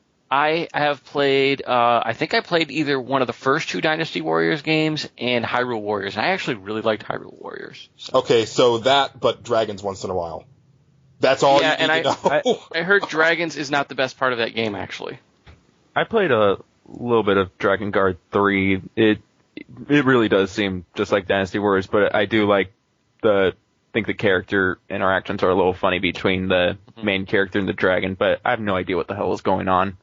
Yeah. That reminds me of that reminds me of my experience with Drakengard 1, with the exception of, I don't really recall there being much in the way of, like, character interaction or anything. It was like, I was like, oh, it's a new Square Enix action RPG, cool, and then I was playing it, I was like, oh, this is Dynasty Warriors, but kind of uglier, and I just couldn't be bothered, but it does sound like, especially with Nier and, like, the games since then, like, they've kind of doubled down on, like, kind of going crazy in the story realm, which, your mileage may vary, but... I dig that. Yeah. Mm-hmm. And I also dig the music, because the music is some of the best you'll ever hear. I heard Drakengard is on...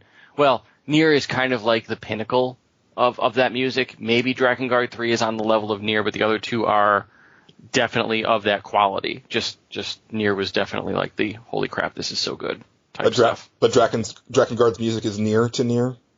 Yes. Very good.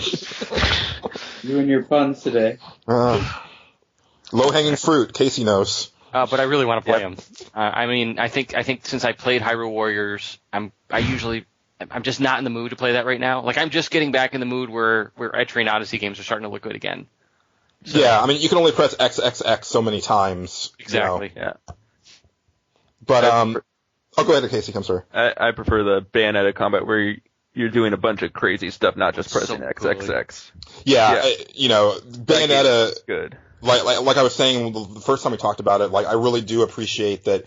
Yeah, you can mash the buttons and stuff, and you'll do neat things. But if you're really planning ahead, it's like, well, if I do this, pause, and then do this, then this giant boot is going to come out and really punish this enemy. Mm-hmm.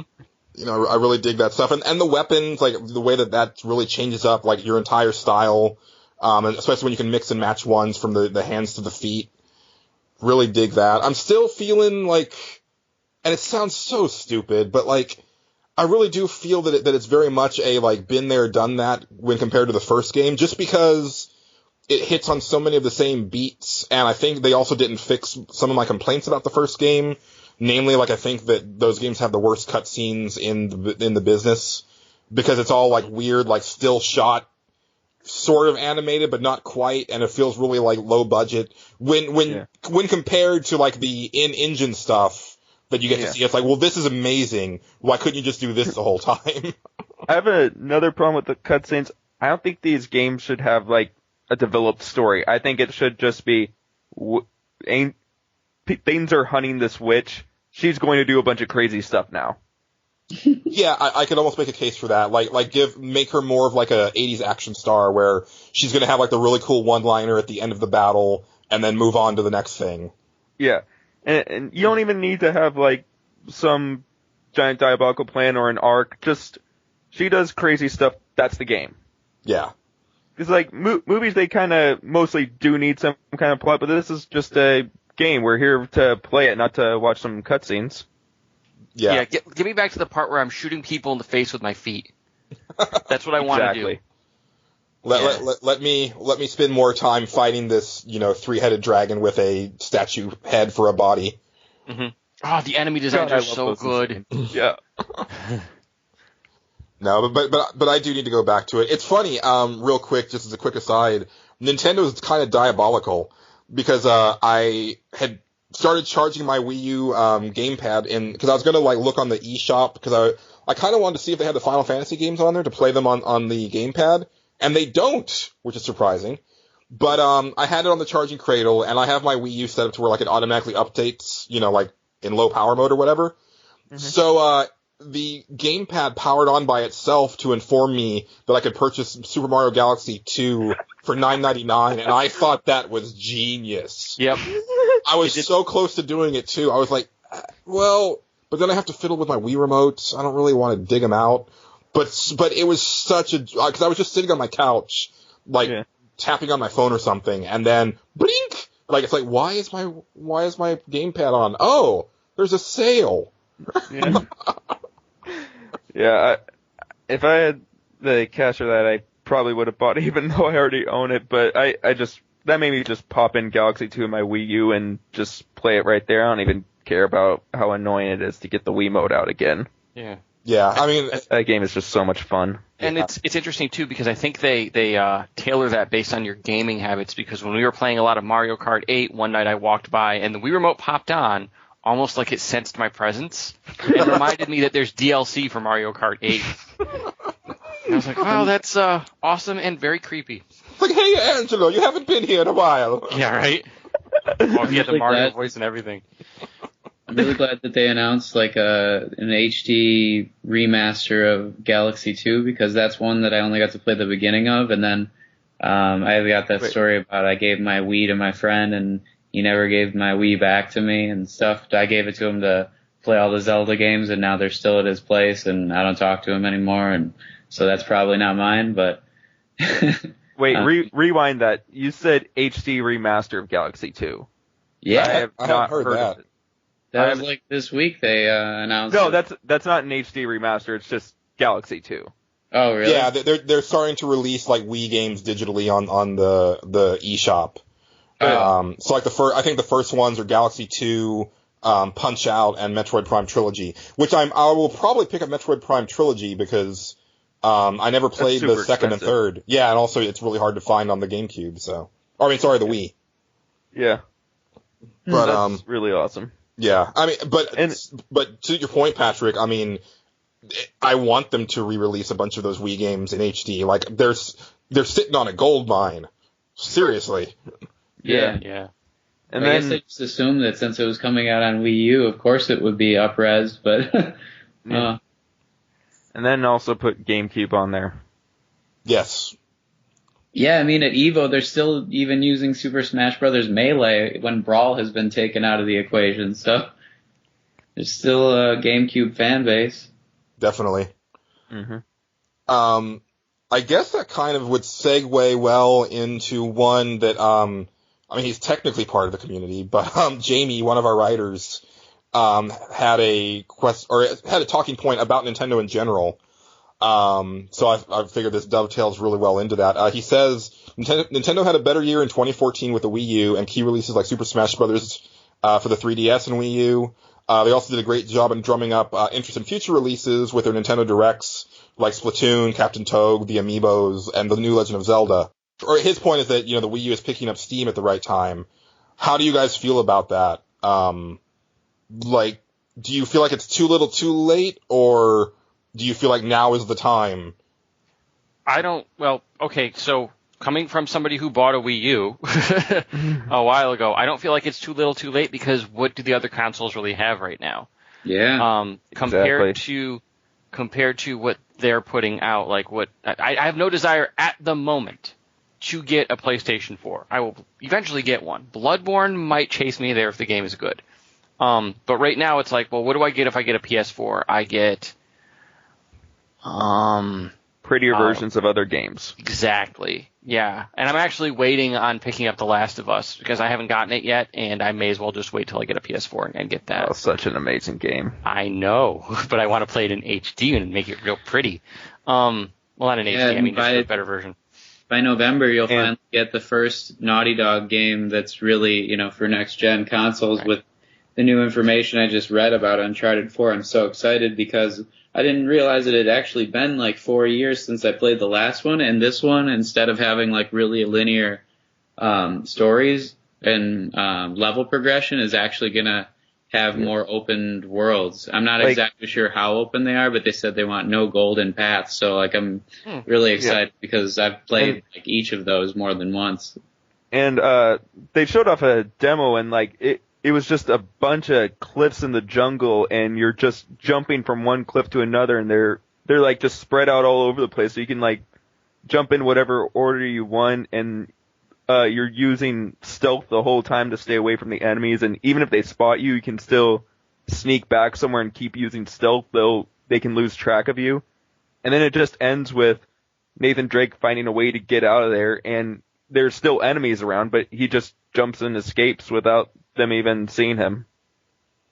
I feel like this is like an inherent problem of the Wii U, where it's like, look how fast we jumped to like PS4 talk. Yeah. Like that's one thing that I've noticed, and it's something that I worry about. So I've actually been just like browsing at stores a lot recently, like just because I've had like free time or whatever.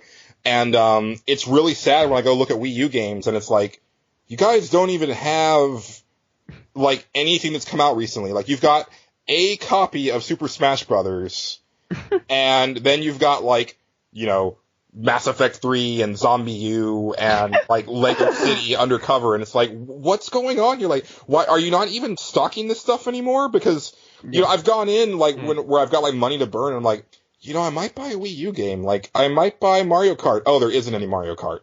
Like there's nothing, like none of the like good stuff like is like on the shelves, and it's really weird. Like the Wii U section, like in most stores, has not grown at all since the launch.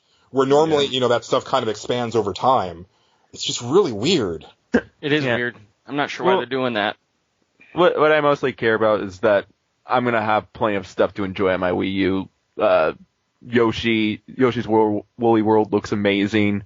Glad Kirby's Canvas Curse is getting a sequel. And frickin' Pokken. Oh my god, I'm so excited. How have we not mentioned X yet? Xenoblade X. I mean, oh my god, that game looks so great too. Please and Zelda. Give that to me now. Yeah. And like I actually do want to pick up Captain Toad's Treasure Tracker. Like that just looks really adorable. Yeah. And I still need to pick up Mario 3D World. So. Oh, I didn't pick that up either. Yeah, so there's a lot of good games. What is wrong with you people? Well, in my defense, I bought my Wii U like the week the Bayonetta 2 came out. So I was just joking. In my defense, I have a crap ton of games I haven't played yet. We'll get to that. I know. It's also my defense. Family who can all play 3D World with you at the same time. That is true, Angelo. That is a great point. That would be a lot of fun. Plus Kitty Cat Mario. Yeah, that's kind of awesome. It's kind of the best thing in years. He climbs the flagpole. That's the best. Yeah. I mean, yeah, that game kind of feels like at some like during the development there continually be someone saying you can't put all this into the game. You can't like put all these power-ups into the level together and expect this to work. I can do anything I want. I'm Miyamoto. Yep.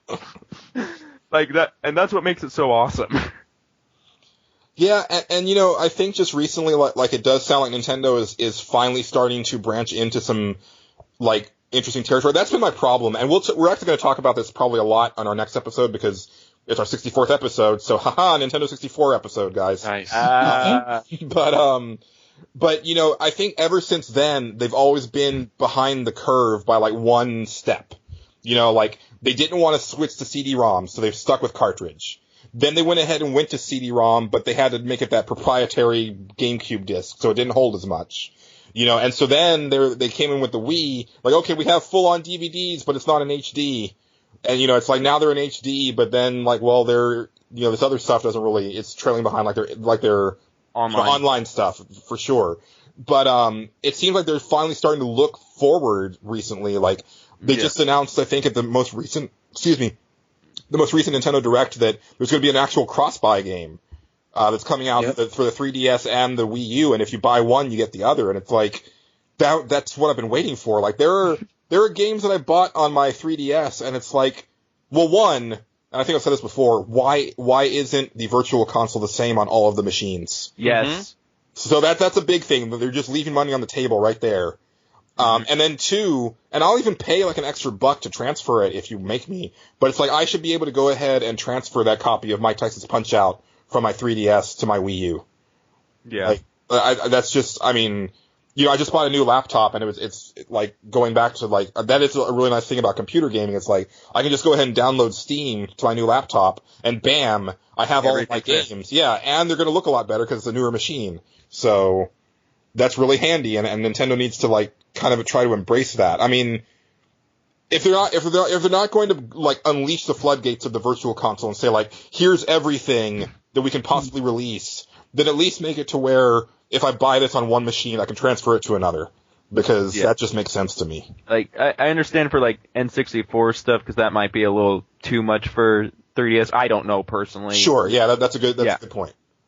But SNES, GBA, that should be on 3DS. Yeah, the fact that GBA isn't on 3DS boggles my mind. Yeah. I think it might be that some of those games have multiplayer and they don't want to like bother with configuring it for wireless, maybe something like that, or like if they put it on Wii U, well, you don't even have multiplayer, so who cares? Right, but I guess and it depends on the games too. Like for me, it's like I would totally love to play Aria of Sorrow, but I don't necessarily want to dig up my Game Boy Advance SP and the cartridge, which I can do. Yeah. The second I get a job, that's like the first thing I'm buying on Wii U. I've always wanted to play that because Dawn of Sorrow is one of my favorite games ever. Yeah, we were actually talking about that last episode, so. Yep. Yeah. But no, and I do think, to come back to the topic, like, I think that Nintendo had a really great 2014. I think arguably they may have had the best 2014, like software wise. Yeah. It bothers me, like, when I hear, because, I was thinking, I didn't think Bayonetta 2 was going to sell gangbusters, but I did think that the attach rate would be higher than what it was.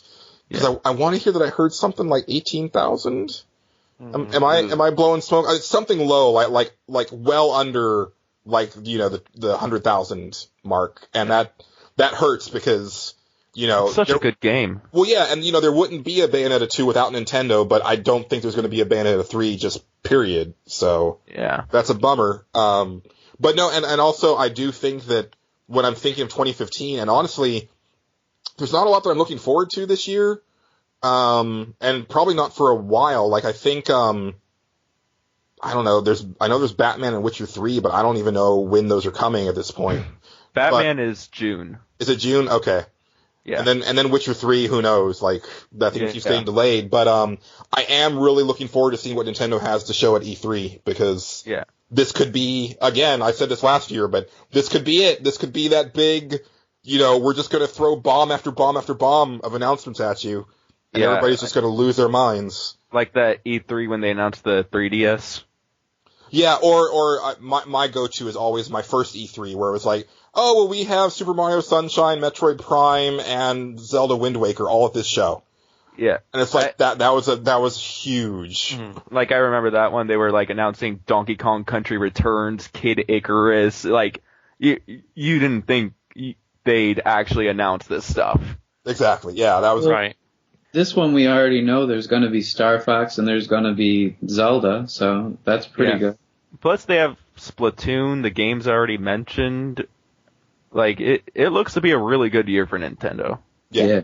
Mm-hmm. And I think financially, Amiibos are going to, like, be pretty big for them. So I have bought 2 Amiibos. I bought Samus the instant that I heard that she was going to be, like, discontinued. But it turns out that the only amiibo that I wanted is the hardest amiibo to find, and that would, of course, be Little Mac, and that really bums me out. That really bums me out. Like, unless I want to pay $30 for them on eBay. I think they're just, like, trickling them out in limited quantities. Like, eventually there's going to be a point where you're going to have an easy time finding most of them. They're just, like, trying to create high demand for them. I mean, they've definitely done that in the past. Yeah. I think you're right. I was going to ask that question. I was like, do you really think they can't make enough to stock the shelves? I don't know. Remember the limited edition of Hyrule Warriors? They might be that dumb. I mean, in this case, like I do think some of the characters, Nintendo was just like, well, this one isn't a top tier character, so we're just not going to we're going to produce like the first run and then we're just going to break the mold or whatever. I don't think they anticipated Amiibos would be this popular. Well, I think that they did, but they were like, well, the ones that are going to be popular are going to be Mario, Luigi, Pikachu. That's kind of what it meant. They expected, these characters are popular, of course, though, so they didn't expect for Marth to be in such huge demand. Exactly, yeah. Yeah, that was one of the ones that I was looking at, and then I see $65. Damn, no way. I pre-ordered one right then and there because I was I don't want Sheik to go up in price, so I got her. But I don't know what else I'm going to get because things that haven't even come out, or if they have come out and I'm not sure about them, like Diddy Kong, you can't find anywhere. I can't even tell if it's been out yet or if it is not even up for pre-order on Amazon because there's no option. I see Diddy Kong all the time. Really? He was one of the 3 hardest ones to find. I could have sworn that I've seen Diddy Kong at least twice. Maybe I'm wrong. Yeah. I know Villager is hard to find. Oddly,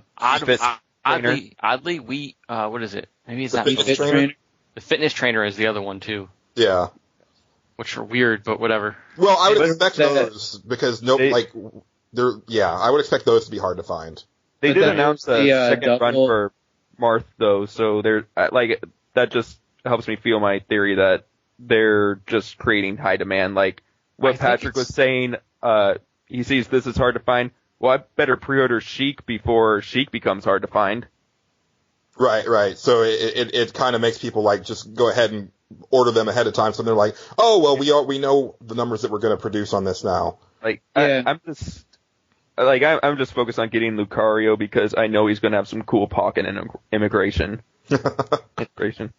The way I was thinking was Sheik's never had her own game. She's actually not even been in most of a game ever. She's in little parts of it. Mm-hmm. So there's a good chance there's not going to be anything else to use her for. Although, I mean, it is Zelda. They got to integrate her in some way to whatever Zelda's coming next. But and they are finding creative ways to use them, with the codenamed Steam. If you put a Fire Emblem character on a new 3DS. You get to use that Fire Emblem character. Oh, nifty. Yeah. The eBay people who are selling these amiibos are also finding creative ways to say that they're rare. I've seen some crazy things. One of them is awesome, which is Samus with a double barrel. She has each of her arms are shooters. And that's going for tons of money. I forget how much, but that was just a wacky mistake that they made during the production on a few of them. So nobody can get those. But then there's stuff on eBay that's Pikachu upside down. Oh my god, it's such a deal. It's still in the box and it's not the right side up. Yeah, they're trying to go a lot with stamp collecting where it's oh well this is an error in painting and it's well that just means that it's a inferior product. It doesn't mean that it's a collectible. Yeah.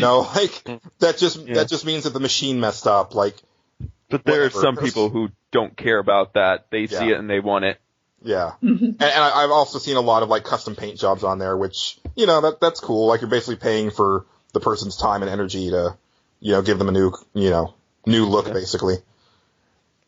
So I guess the last thing I would say just on the Amiibo front is that I do feel they're a little overpriced for what you get because, and I felt this way with Skylanders too. It's I need some articulation in there because I was looking at the Disney Universe or the Disney Infinity 2.0. And it's that Captain America looks really cool and I can move his arms. Mm-hmm. So I kind of like that better, but I kind of feel I want to buy some of these guys for that price anyway, even if they did nothing in the game. Like, when they release Greninja, I'm going to get Greninja. Well, yeah, I mean, same thing with me and Mega Man. And that's the thing is, like, for me and Little Mac, like Punch-Out is one of my all-time favorites. Like, that's easily in my top 5, like, greatest games of all time, will always play for the rest of my life. And it's like, there's not a lot of Punch-Out merchandise out there. Like, I think you have to go all the way back to, like, 1987 to find anything with, like, Little Mac on it. So, I really wanted that amiibo, and it bums me out that I can't walk into a store and buy him. Yeah. But, I think, you know, kind of the Wii U talk, you know, also segues way nicely into, Super Step's comment, which is, he wants to know our thoughts on the best console to buy if you can only have one. To which I say the Xbox 360. Yeah, you know, right now. Last gen. But I'm assuming that he's talking about, like, the next gen stuff. He didn't specify, but. But he doesn't have the last gen stuff. Oh, he doesn't? No. Oh, wow. Then, okay, Xbox 360. No. I go PS3. PS3 by far. Yeah. No, okay, like. How do you even say Xbox 360? I'm really surprised. Here we go. Well, no, Is it 2007 here? Here's the thing is that, like, I have, like much fonder memories of the 360 because it took I bought the 360, like, three months after launch. And so I was there for, like, basically the whole time, where the PS3, if you remember, it took a really long time for it to gain steam. Now that all the dust has settled, I would probably have to say that the PS3 has the stronger exclusives library. But then there's the thing where the 360 has a really excellent exclusive library as well, but also the third-party stuff, by and large, works better. So that's kind of where I'm coming at. Also achievements. PS3 has trophies. Yeah, but I have never liked the way the trophies worked. And something like, and we talked about this in our, like, achievements episode of Nerds Without Pants, but there's something about that Xbox achievement sound. It's just so much more satisfying to me than the trophy sound. It just does things to me.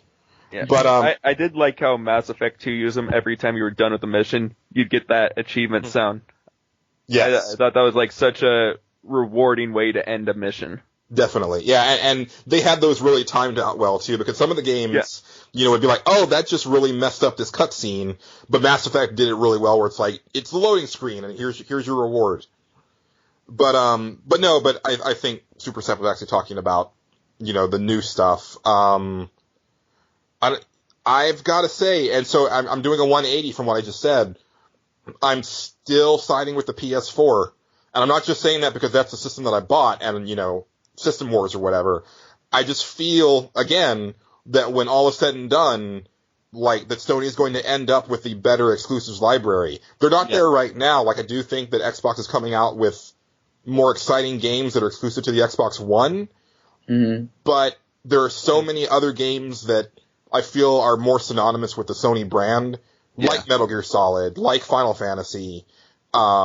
You know, Street Fighter V being exclusive, I think, is a really huge indicator of that, where especially Japanese developers, I think, are going to go for the PS4, and those are games that aren't like other games. Yeah, I mean, by the end of this year, I think even it'll be a point of no return, but that's just because a lot of the games that are coming out, even in the first quarter, I want more than anything I see on the other system, like The Order and Bloodborne, but I'm not sure if I'm going to get them right away. I don't know, just because all these things that are going to come out in the fall also, I have to check E3 for, you know, Uncharted and all the other stuff that's probably going to come out by the end of the year, but after that, it's like, the only reason I want other systems are Halo or Sunset Overdrive. So the only way I could actually recommend a Wii U is if you're in the situation I am, where you have a family. That is a fantastic family console, because it is actually giving me games I want to play. I have plenty of back-gen stuff to go to, but the games that come out on it tend to be Nintendo games, which are something that literally everyone can enjoy. I mean, you know, like the air quotes juvenile nature of the Mario Brothers games doesn't bother me because the game is solid. So I will still play it. And then, you know, when the kids aren't around, Daddy gets to play Bayonetta. Which is never. Right. In this case, yes. But I mean, and 4-player Mario Kart 8 is a lot of fun. So is 4-player Smash. So I got to give it to that if you're a family person. I don't think Super Step is, but I'm just saying if you have a family like I do, Wii U hands down, honestly. Or like if this generation stopped today, I would even say Wii U. Yeah. Oh, definitely. It's definitely the strongest at this very moment in time. And also I would recommend the Wii. Like if it was the only system you could own, I would say Wii U if you're the type of gamer that isn't playing games like every couple weeks. Like if you're someone who's like, well, I buy 4 games a year. Well, then have those 4 games be, Mario, Zelda, Metroid, and, Donkey Kong or whatever. Mm-hmm. You can't really go wrong with those. I would say, to go back real quick, and this is funny because I had seen Super Step make a comment somewhere else to the opposite of this, but I do feel that, like, the PS4 controller is, like, one of the best controllers that I've felt. I know he feels that the Xbox One is more to his liking, but really the only way that Sony could have made a better controller for me would have been if they had taken the body of the DualShock 2 and then just put in the analog sticks and the triggers of the PS4 controller. And then that would have been like the holy, like, come on from high controller that would just best every other controller in the world for me. I really like those triggers on the back of the PS4. The only problem I have is the grips, obviously, and I've gone into detail about that. But I have found some really awesome grips that you can even just get at GameStop. They have like a white middle to them. My friend is using them. Like the grips that I bought, they have like gecko handprints on them. I've already burned through those too. So I have to get a second pair of grips for my controllers because I'm going all the way down to the plastic. But the rest of it's great. And to go back to something else, I just want to say I checked on Diddy Kong, and he's in stock now. He used to not be. I've read a whole story about like a mom who was mad that her kid couldn't get Diddy Kong because it was like a big character to him and stuff. But now he's $12.90 or $11.99 or $12.99 or whatever. And I've also seen that I'm very glad I pre-ordered Chic because she's not available anymore. It's working. But real quick, because I think Casey had a point. But Patrick, someday can you just go ahead and like film yourself playing with your DualShock 4? Because I need to see what you're doing to be burning through these controllers so quickly. I want to know what's happening there. Because I feel there's a story.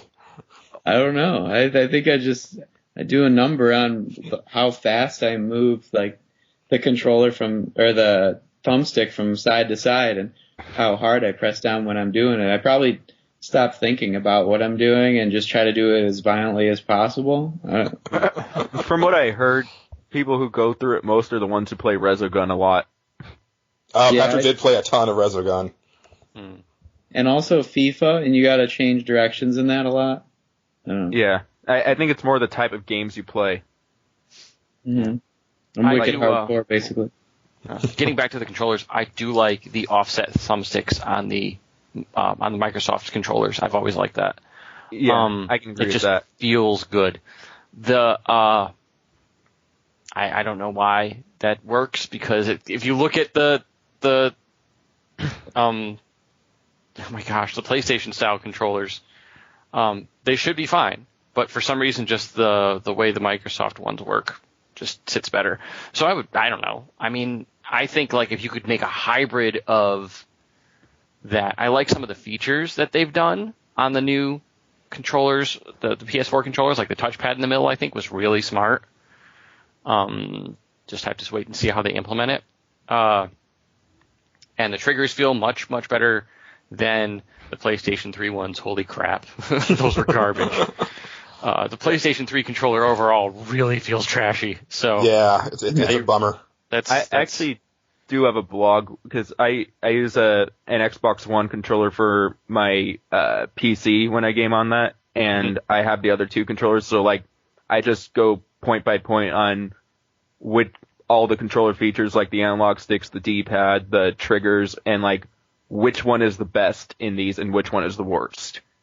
So like if you want a super detailed thing on what I think at least of all these controllers, that'll give you something. The elephant in the room, I guess, is that we really can't predict where the new IPs are going to be as far as, like, what's going to be the really awesome stuff that is either exclusive or just works better on, the systems. Because, again, like, last generation, I think 360 came out really strong with a lot of amazing exclusives, but then PS3 just started firing on all cylinders a few years in, and I think ended up, like, catching up and surpassing the 360. Because towards the end of the generation last time, like, Microsoft just kind of gave up.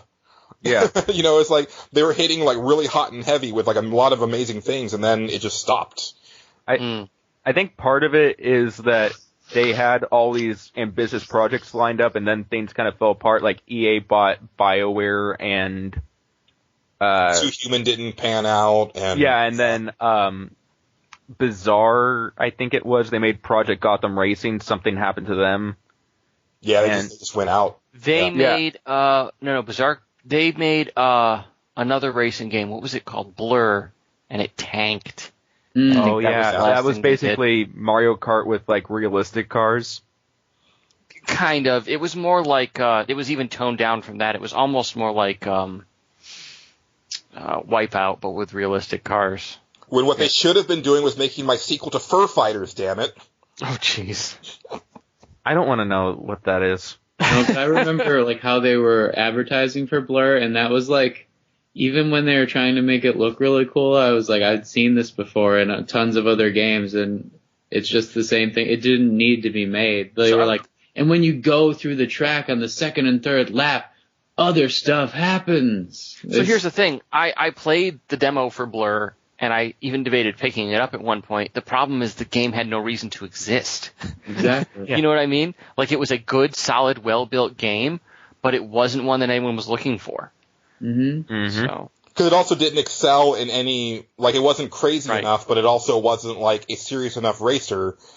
So it was just kind of this weird middle ground where, in a generation where you had stuff like Burnout Paradise and then, Forza. Like Forza and stuff like, so you've got, like, the two extremes, and then you've got, like, the Need for Speed games kind of filling that middle space anyway, so it's like, why is this even here? Why blur that? Why didn't you make my sequel to The Club, damn it? Drive Club? So another little-known Bizarre Creations game. No, not Drive Club. The Club. Yeah. It's a really fun arcadey third-person shooter. Score-based, very good. I liked it. I guess the answer is wait and see still, but leaning more towards PS4, I think, on this cast. But again, like, we're segueing really well into these topics.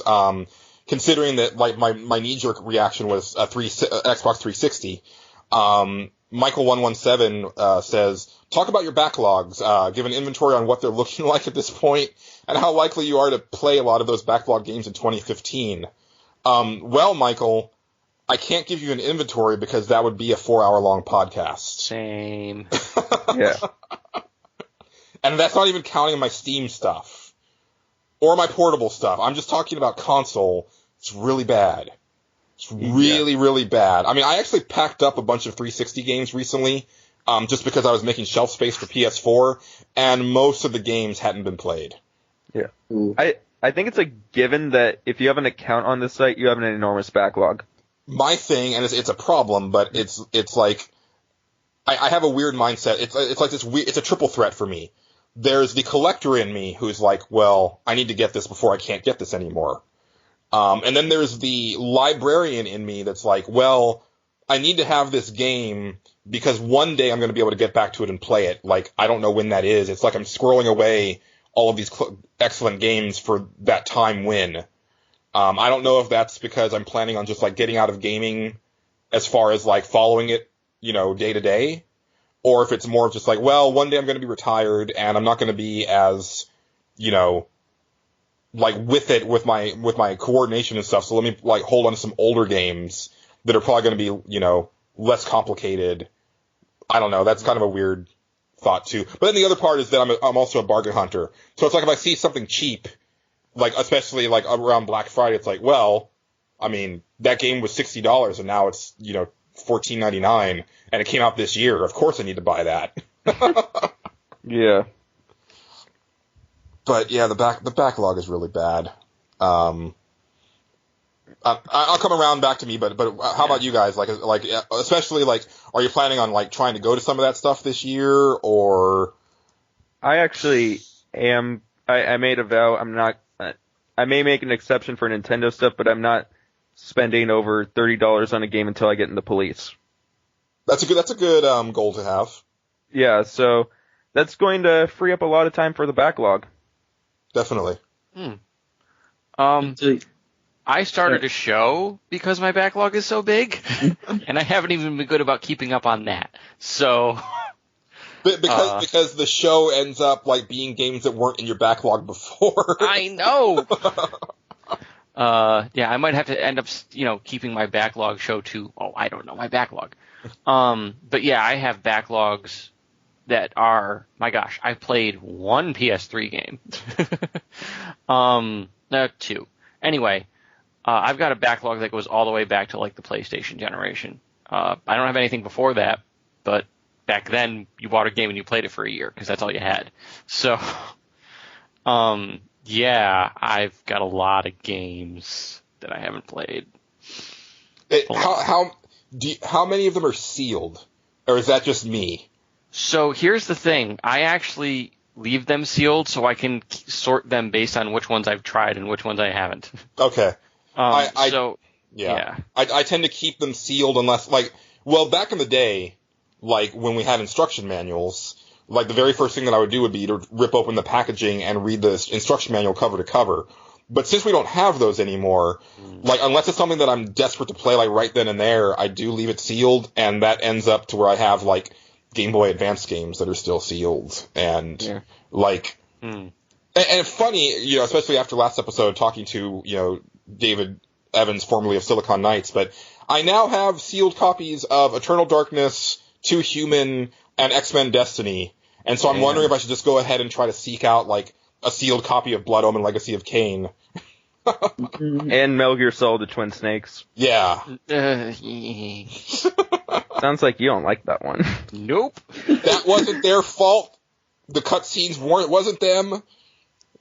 The cutscenes were done by the director of Devil May Cry 3, and that's all you have to know about that. It explains everything. It really does. Yeah, way over the top. Although I like Devil May Cry for what it is, but it's not Metal Gear Solid. Exactly. Right. Like, Solid Snake should never, like, jump off of a missile in midair. That should never happen. So here's a funny story. When I first saw that, a friend of mine had his GameCube over at my place, actually. It was my roommate at the time. He had his GameCube here. And, or maybe he was playing on the Wii. It doesn't really matter. Anyway, he was playing the game. I hadn't seen it, but I had played the original Metal Gear Solid like 2 or 3 times because I loved that game. And I watched him and I was like, oh wow, this looks really good. Oh yeah, this is the remake on the GameCube. And it was right when he got to the Hind D fight. So it was just like that scene and I'm like, what is that? He goes, and he said, yeah, thank you, Silicon Knights. So he even thought it was Silicon Knights that did it, and that's kind of what got me stuck on that. So no, the only thing that, I mean, there is some gameplay problems with Twin Snakes, but that's mainly because you couldn't really shoehorn like the Metal Gear Solid 2 mechanics into those levels because they weren't designed for it. Like, I remember, like, being on the walkway on the upper level of the hangar, like that very first hangar area, and having enemies hear me from downstairs and come after me, where that was never a thing in the PlayStation version. Because, basically, like, the level that you were on was the only awareness that they had. Mm-hmm. And obviously, like, everybody goes back to the Ocelot fight, where that is no longer a challenge when you can just, like, target him in first person and shoot him in the head. Yeah. But I still remember that game just being, like, mind-blowing. Because you would walk through the snow, and then the enemies would see your footprints and go, huh? And they'd start following them. And I hadn't seen anything like that before. Yeah. So cool. I mean, Metal Gear Solid 1 is like a watershed moment for me. I mean, I played the Japanese demo from Famitsu probably a good 5 or 6 hours before the game even came out. And then I played through it in Japanese, the import version, and then, bought the American version, and then, it's just one of those wonderful gaming memories for me.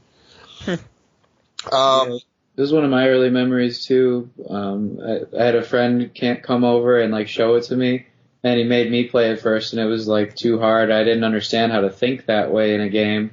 I was like, there's no way anybody could get past like the first level. You have to be too stealthy. And then like once you figure out how to play that way, it just becomes so fun to sneak past everything and try to, you know, get no kills throughout the whole game or something like that, which you never end up doing because you just like find this guy who really annoys you and you just have to put a bullet in his head or something. Oh, see, now I thought the stealth was real easy because you could see the cone of vision. And I was used to playing games like Thief where they didn't give you that. And you were in first person. So. Well, I didn't play Thief, so. Yeah. Yeah, I think for me, it's just that I've always been bad at stealth games.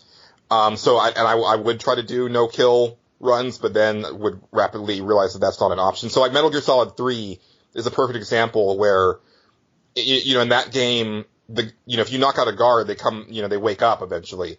And I go through stealth games very slowly, and I was getting into this problem where guys would wake up behind me and then come after me. And I was like, well, this guy's got to go. So, you know, and in Metal Gear Solid 3, you slit their throats. And then you fight the Pain. Is it the Pain? The one, the one who makes... No. That's I guess it's the Sorrow. Oh, the Sorrow, yeah. Yeah, the one who makes you walk by the ghosts of all the people that you've killed up to that point. Yeah, that's the Sorrow, and that's what I was thinking of when you were talking about Hotline Miami and how much you hate it. That was like a part where I hated it. Yeah, that was a really long walk for me because I had killed almost every guard up until that point. I actually did do a no-kill run in Metal Gear Solid 3, so, well, it was the second time. The first time was kind of lengthy, not too bad, though. Well, I give you props for that, because... I love that game. Oh, it's incredible. Yeah. But yeah, and real quick for me, like, because I have kind of mentioned it last episode, but I am sort of putting the PS4 on ice for a little bit, although I did pick up Saints Row 4 Reelected yesterday, so I'm probably going to play through that, but other than that, like, there's like I said, there's really not a lot that I'm definitely planning on picking up this year for my PS4, unless there's like an unannounced game that I just haven't seen yet. Yeah. So, like, I'm going to, kind of go back into my 360 catalog and play some of the stuff. I just don't know what yet. But Patrick, what about you? What have, like, are you, well, I mean, your problem is PS Plus. That's totally my problem. You know me too well, man. My backlog gets bigger every month just because of that thing. Yeah. It's like games have become so devalued. It's like, well, I've got this for free, but I'm not going to play it. Yeah, exactly. I'm going to download it to make my collection look bigger and then think about how staggering and shocking it is and how I can't, move on from that even. So I guess it backfired, Sony. Little bit, yeah. But if you're still paying for it, then it hasn't backfired on them. Yeah, that's true. And as long as they could still keep us paying for service that doesn't always work, that's kudos to them, But I'll still buy like a serialized title or something like an Assassin's Creed if I actually finish it. But now I'm not even like completely finishing those games, so I like made a promise to myself for Assassin's Creed that I won't buy the next one until I beat the Freedom Cry DLC and stuff. Because I bought my first season pass with that, and it's just too much content for one game for me. Yeah, I never buy season passes. Yeah, I'm so bad about buying DLC in general that I know that buying a season pass isn't a good idea for me, but like I might go ahead and buy the DLC for Shadows of Mordor simply because since I did platinum that game and then they released DLC, it no longer says that I have 100% of the trophies, and that really bothers me. It's like, you have 84%. It's like, bullshit. I got all of those. I know that, man. My first platinum trophy, I think, on Uncharted 2, all of a sudden, I had, like, extra stuff to do for the DLC and, like, multiplayer. And I'm like, come on, it said 100%. You can't go back on your word. Yeah. If anything, it should, like, increase from there. Like, it should have gone to, like, 124%. Yeah. That's what it should do. But then I guess then it goes into your territory where it's like, well, I've got 300% on so-and-so. It's like, what does that even mean at that point? Yeah, what's a game with enough DLC to have 300%? Fallout. Fallout 3? Fair enough. I was thinking more of one that would milk you. Yeah. Oh, okay. Yeah. What was that? Like a game that would actually like warrant enough DLC to where you would need like 300% trophies. Oh yeah, or like any RPG really. I don't know. Yeah. RPGs are so weird with achievements too because they tend to dole them out so really stingily. Like I know you're not going to get all of this unless you play the game for another like 100 hours after you beat it. Yeah, it makes the platinum so hard to get on like some of your favorite games. It's like, I love you, but I'm not going to waste my whole life with you. Yeah. Yeah. Not wife material. Exactly. Get all your characters up to maximum level. Nope. For a hot second, I thought about like getting all of the trophies on Final Fantasy X HD, but there is that one where it's like, go through the entire sphere grid with everybody. It's like, no, that is not going to happen. Imagine if Nintendo started their own kind of trophies and one of them for Pokemon was catch 'em all. That would be the ultimate trophy. But I have said before that Nintendo needs to like jump in on that bandwagon because why not? Like, it's really upsetting when like I get like the witch challenge things or whatever on Bayonetta 2, and it's like, but nobody's gonna see that. Yeah. They could make it all nostalgic, like coins, stars. Yeah, flowers. I think a lot of people have said it should be medals. That makes sense to me. Mm-hmm. Or stickers. I was thinking if it's like a small one, you get a coin. Medium-sized one, you get a flower. Big-sized one, you get a star. Oh, yeah, I see. Yeah, like going along with like the bronze, silver, and gold type thing. Yeah. And Super Mario 3. Yeah. Yeah, I mean, that would be sweet, especially since they're discontinuing Club Nintendo. They could do something for like incentives to play the games and have yourself connected to their network and stuff. Yeah. Yeah, I gotta spend all my coins. Yeah. So, I think this will probably be our last topic, and it's also because you brought up Hotline Miami, Patrick, but Blake, aka What Is a Cow, says, Hotline Miami is being banned in Australia because it features an implicit rape scene, which I don't recall that at all in that game, but it's also Australia, and they tend to go really overboard on what they think they see. Yeah. He said number 2, right? The one that isn't out yet? Oh, no, he said, it says Hotline Miami, so I figured it was the first one. Might be the second. Is it the second one? Oh, okay. That makes more sense then, because I didn't remember any rape scene in the first one. But then he says, this debacle brings up 2 important topics. Firstly, do you think there are any subjects video games shouldn't cover? And secondly, since being banned in Australia, the developers have encouraged Australian consumers to pirate the game as they will not alter their vision. Is this okay? Do you think game developers should promote piracy in any form? And do you think there's any occasion where piracy is acceptable? And I guess, to cover the first topic, I kind of tend to think that, there really aren't any topics that games can't cover. It just depends on how it's done. Mm-hmm. Yeah. Don't do it Duke Nukem Forever did. Right. Right. Like, I think, and I think maybe I've seen this before, but it was like really obscure. But like, I think like the subject of rape, like in this scenario, like that's an important thing that it's a topic that should be discussed, and I think that it can be done in certain ways, but you don't want to. Like, I think a good example, and a lot of people, like Tomb Raider got a lot of flack for this, but in context, like I think the scene where Lara kills her first guy is actually really powerful because, he's a scumbag and he's got her alone and captive, and, he has the idea that most, scumbags think of when they have a beautiful woman captive. And then that leads her to basically take her first life. And I thought that was a pretty powerful scene in context. When they showed that scene out of context, it was kind of gross.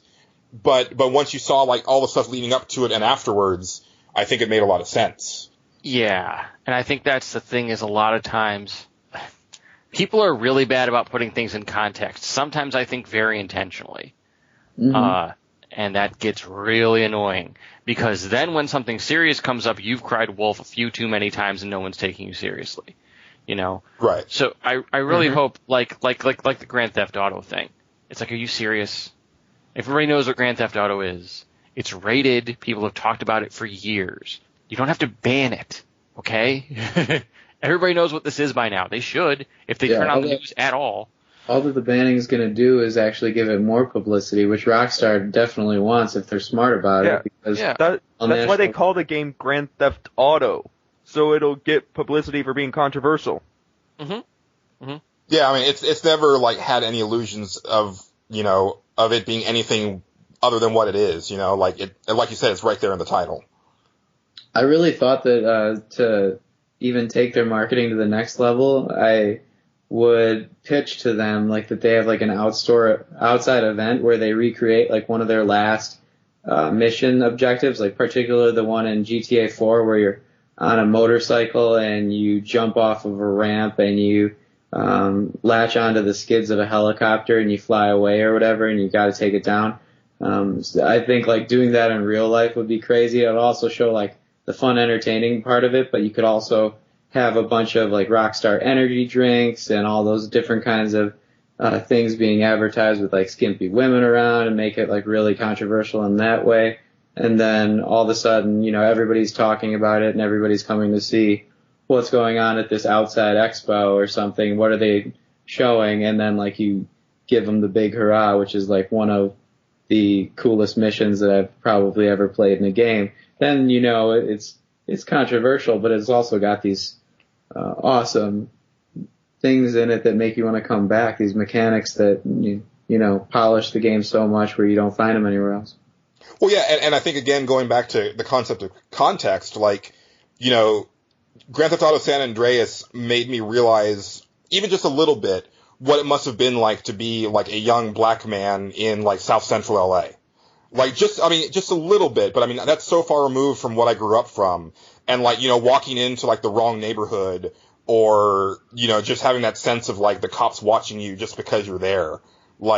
I never really thought about that before, because I tend to not watch, like, a lot of, like, you know, movies that deal with that subject or anything like that. So, and being in the shoes of that character was really something for me. And then GTA 4, like, just the idea of, oh, so this is what it's kind of like to be an immigrant. Mm-hmm. You know, like the way that people treat Nico in that game and the stuff that he's forced to do because that's all he knows, and he's trying to do better, but he just gets pulled back into his old ways. It's like, okay, well, yeah, he kind of never had a chance. You know, like people talk about his character like, oh, well, you know, he's trying to do all these, like, good things, but then he always murders a bunch of people. It's like, well, yeah, but if you're paying attention to the story, that's because he kind of doesn't have any other way. And I thought that was pretty impressive. Yeah, so, that's actually like a really close description that I would give to somebody if they ask me, like, what are the actual redeeming qualities of it. I've had a couple of like girls who don't play games or don't play those types of games like question me about why would you even ever want to do that. And it's like, well, the game's not what you think it is. It's not just you can pick any weapon you want and you're supposed to go around killing people and you get points for that. It's actually got a storyline of an immigrant who doesn't know any other way. It's like, it's really moving in some ways that Nico Bellic is doing all of this stuff, driving these people around, trying to make these women feel good and stuff like that, and trying to make friends and things, and like, it doesn't always work out. Exactly. But as far as the other part's concerned, Julian, I think that it's definitely okay to be a pirate in international waters. Well, you know, and I will tell Blake that we did do an entire episode about piracy, so you can definitely listen to that one, and I'll probably link it in the show notes but specifically for this, and also this brings me up as something that I didn't even think about on that original episode about piracy, because I forgot about like how crazy Australia is with like their restrictions, and also like Germany I think is this way as well. Japan can get pretty crazy with like the stuff that they allow and don't allow in video games. So my thing, and you know, I'm still very anti-piracy. Me too. But like, in a situation like this, like, I can almost understand it. The thing that I don't get is why they would ban a digital game. Because this isn't a thing that's going to be on store shelves that a kid can buy. Like, ostensibly, if you're going to purchase Hotline Miami 2, like, you're going to have to purchase it through a service that, you're going to have to prove your age somehow anyway.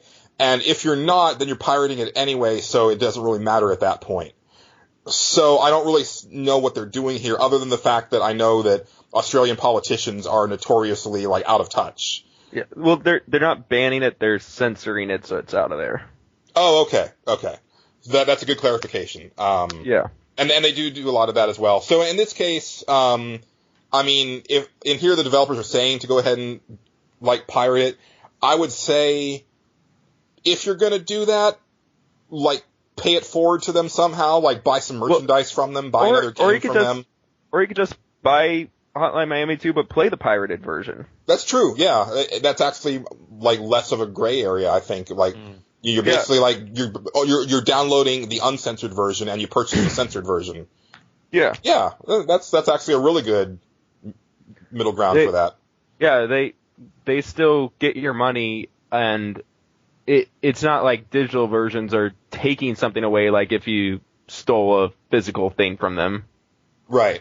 And that's kind of my thing, is that, you know, because normally my thing with piracy is like, okay, well, even if the game isn't available on a store shelf anymore, you're kind of taking money from the mom and pop video game store or the guy on eBay who's selling it, you know, because, like, he has a really good, like, you know, collector's worthy copy. But you're not buying it from him because you're just going to pirate it. Like, I think there's always somebody that can be hurt from piracy, even if it's not the publisher or the developer, like, directly. But if it's a situation where, let's say that Hotline Miami 2 was being completely banned in Australia and you just couldn't buy it and there was no other way to purchase it, then I kind of, you know, if you really, I mean, again, it's Hotline Miami, so if you want to have, you know, like, you know, somebody poop in your eyes and poop in your ears because you have to play a Hotline Miami game, then go ahead and pirate it. Yeah. I mean, Because on the Hotline other side Miami, of it, what if, like, these people can't really, like, afford the games that they'd like to play, but they also would like to learn enough to, like, make them one day or something like that? I could see in sort of like a Nico Bellic fashion, like if you're making minimum wage and you have a couple of kids, and you're trying to give them the best opportunity in life, or you think, like, this is the most entertaining thing that they could possibly have, but you wouldn't be able to buy it, you'd have to pirate it in order for your kids to get it. I could see somebody pirating it in that way and helping somebody out too in the process. You can make a bunch of different arguments either way, in my opinion. Yeah, that one doesn't really hold water for me. Me neither. For a bunch of reasons, but especially in this day and age when there's so much out there that's free to play, or free to try. Like, I think that if you're wanting to, like, let's say that, like, you want to be a video game developer and you want to study a bunch of video games, and you don't have the money to buy a bunch of video games and, like, establish a library like I have or like Angelo has, there's still a ton of stuff out there that is legal to play for free, or those games suck. Well, no, not necessarily. There's a lot of great stuff out there that's free to play, or demos or stuff like that. Like, I think that you could probably spend, like, all of the time that you would spend on video games in a year on stuff and not pay a penny these days and still have a satisfying time. Plus, if you're, like, on that budget, you're not going to be making something big. You're going to be making one of those free-to-play, something like akin to those free-to-play games. Yeah, so that's what you should be studying anyway. And this is kind of like, you know, where they say, like, well, if you can't afford a tip, then you shouldn't go out to eat. Like, it's kind of harsh, but it's like, if you really can't afford, like, a video game, especially with, like, the prices being so variable now where you can pick up a game for $5 sometimes, like, then maybe you shouldn't be playing video games. Yeah, I mean, I can see how it could not be somebody's fault too, though. I mean, I'm not someone who ever pirated video games. Honestly, I pirated other mediums of stuff, but I've always paid for my games for some reason or another. I just felt like there's a lot of people's efforts going into it, and since I had the money to do it, I would definitely be one to give back But as far as the structure of like paying for games is concerned, I was hoping life would be more like, at first you're not expected to pay anything for games while you get into it, and then like as you gain more capital of your own, you're kind of like seen as like a leader who's investing in like the developer's next game or something like that. So you're expected to pay, like $100 or something like that. I wouldn't mind that. Well, and like you bring up a good point as far as like other media and stuff go. Like, I've had like especially when I was a kid and I didn't know any better, like, I would get like, a friend to like dub me a cassette tape of like some album or something like that, like when I was like really little, or, like someone would give me a CD of music and stuff like that. But then once I got able to afford my own stuff, it's like I buy all my music, and even that stuff that was given to me, it's like, well, if I liked it enough, I went ahead and purchased my own copy. And so that's the thing. It's like, I don't think that you should really pirate under most circumstances, but if you do, pay it forward at some point, like start paying for your stuff, or, try to find another way to support the person whose game that you stole. For me, I like to maybe pirate the music, but then go to see the band in a concert if I like it. Otherwise, I just delete it after one listen or never listen to it again. Honestly, most of my music I don't listen to ever. And other things that I don't pay for, I just don't give the same amount of respect as if I gave away my money for this. So in another advantage of paying things, it would be, or paying for things, it would be that you've given part of your hard-earned cash away. So there's no reason for you not to, or for you to neglect like this game or this movie or this book or whatever it is. Right. And, hopefully. Yeah, we still do it anyway. Yeah. Well, hopefully you won't just like delete this episode and never listen to it again after. No, that was bad. I'm sorry. What I'm saying is that we're at the end of the show. And you should invest in this episode if you have tons of money. Right. You can support our Patreon. No, we're not doing that. Oh. No. That's not even funny. Yeah. Don't even joke about that. But no, I mean, we had one last thing that we were thinking about talking about. It would be Gamergate, because obviously that was like the biggest thing of 2014. But to be honest, I don't want this to go into another 3-hour episode like last time. And like, I'm over it. Like, I remember seeing Jamie's question. I have a simple answer for that. Gamergate came from 2014 being a sucky year, not the other way around, because all the writers didn't have as many games to write about, so they were writing more stuff to piss off the Gamergaters, who then retaliated in their own terrible way. I've got an even simpler one, which is the moral of the entire Gamergate thing is don't be a jerk to people on the internet, and also pay attention to who you're reading. Done. Yeah. Yep. Exactly. Don't support writers who suck, and you're fine. And also maybe don't associate with gamers that are really hurtful and hateful people. Yeah. Or just people in general that are hateful and hurtful people. And stop clicking on sites that piss you off. There you go. Yeah. Especially because you probably didn't care about what they were writing about anyway, because nobody really cares about what people write about, on websites anymore anyway. Be aware of the headlines that are trying to grab your attention. And I would like to direct all of you to pixelbit.com for the latest in our features and reviews sorry. That is true, though. We have some stuff that's going up soon. And none of that hate stuff on our site. So nope. It's a nice place to be. It's a nice community, and I would like to thank the community. Yeah, it's what you wish the rest of the internet was. Yes. And thank you to the community for coming to the call for this episode. We'll be doing another one of these soon. These are always a lot of fun. It's nice to have a bunch of smaller topics to dissect. And so that's pretty much going to do it. Like I said, next episode is going to be all Nintendo 64. So maybe be thinking about that if you want to have any questions or stuff, memories. We might do the whole episode about 64. We might do it like normal. I don't know yet. But 64%. Yes. But this episode is 100% complete. So thank you always for listening. Casey, thank you for coming back. Yeah, anytime. No, I know that we will have you on again, probably sooner rather than later. And you can also, well, I know, Casey, you're not on Twitter right now as far as for the public. I'm not publicly on Twitter. Right. You'll know when I'm public again. I'm going to change my handle to something awesome. Excellent. In the meantime, you can follow the rest of us on Twitter. Patrick? I'm at some boss. Angelo? I'm at a roguish ham.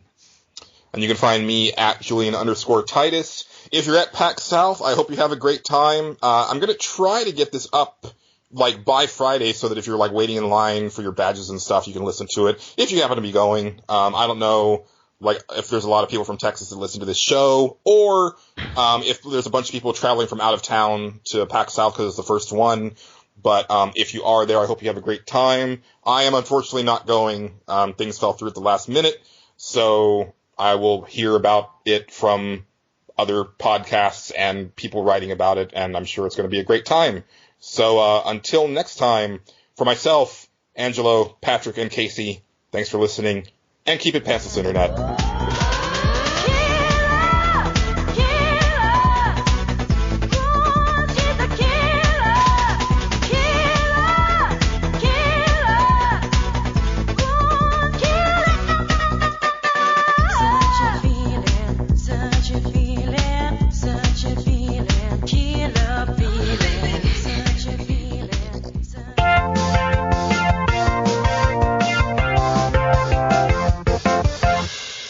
Wow, Mario, our band is sounding great.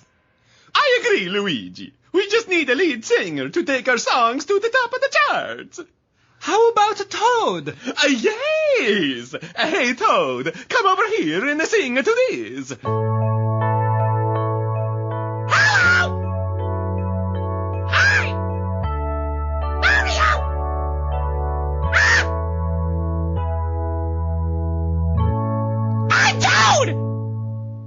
Mario, can I talk to you over here about Toad for a second, please?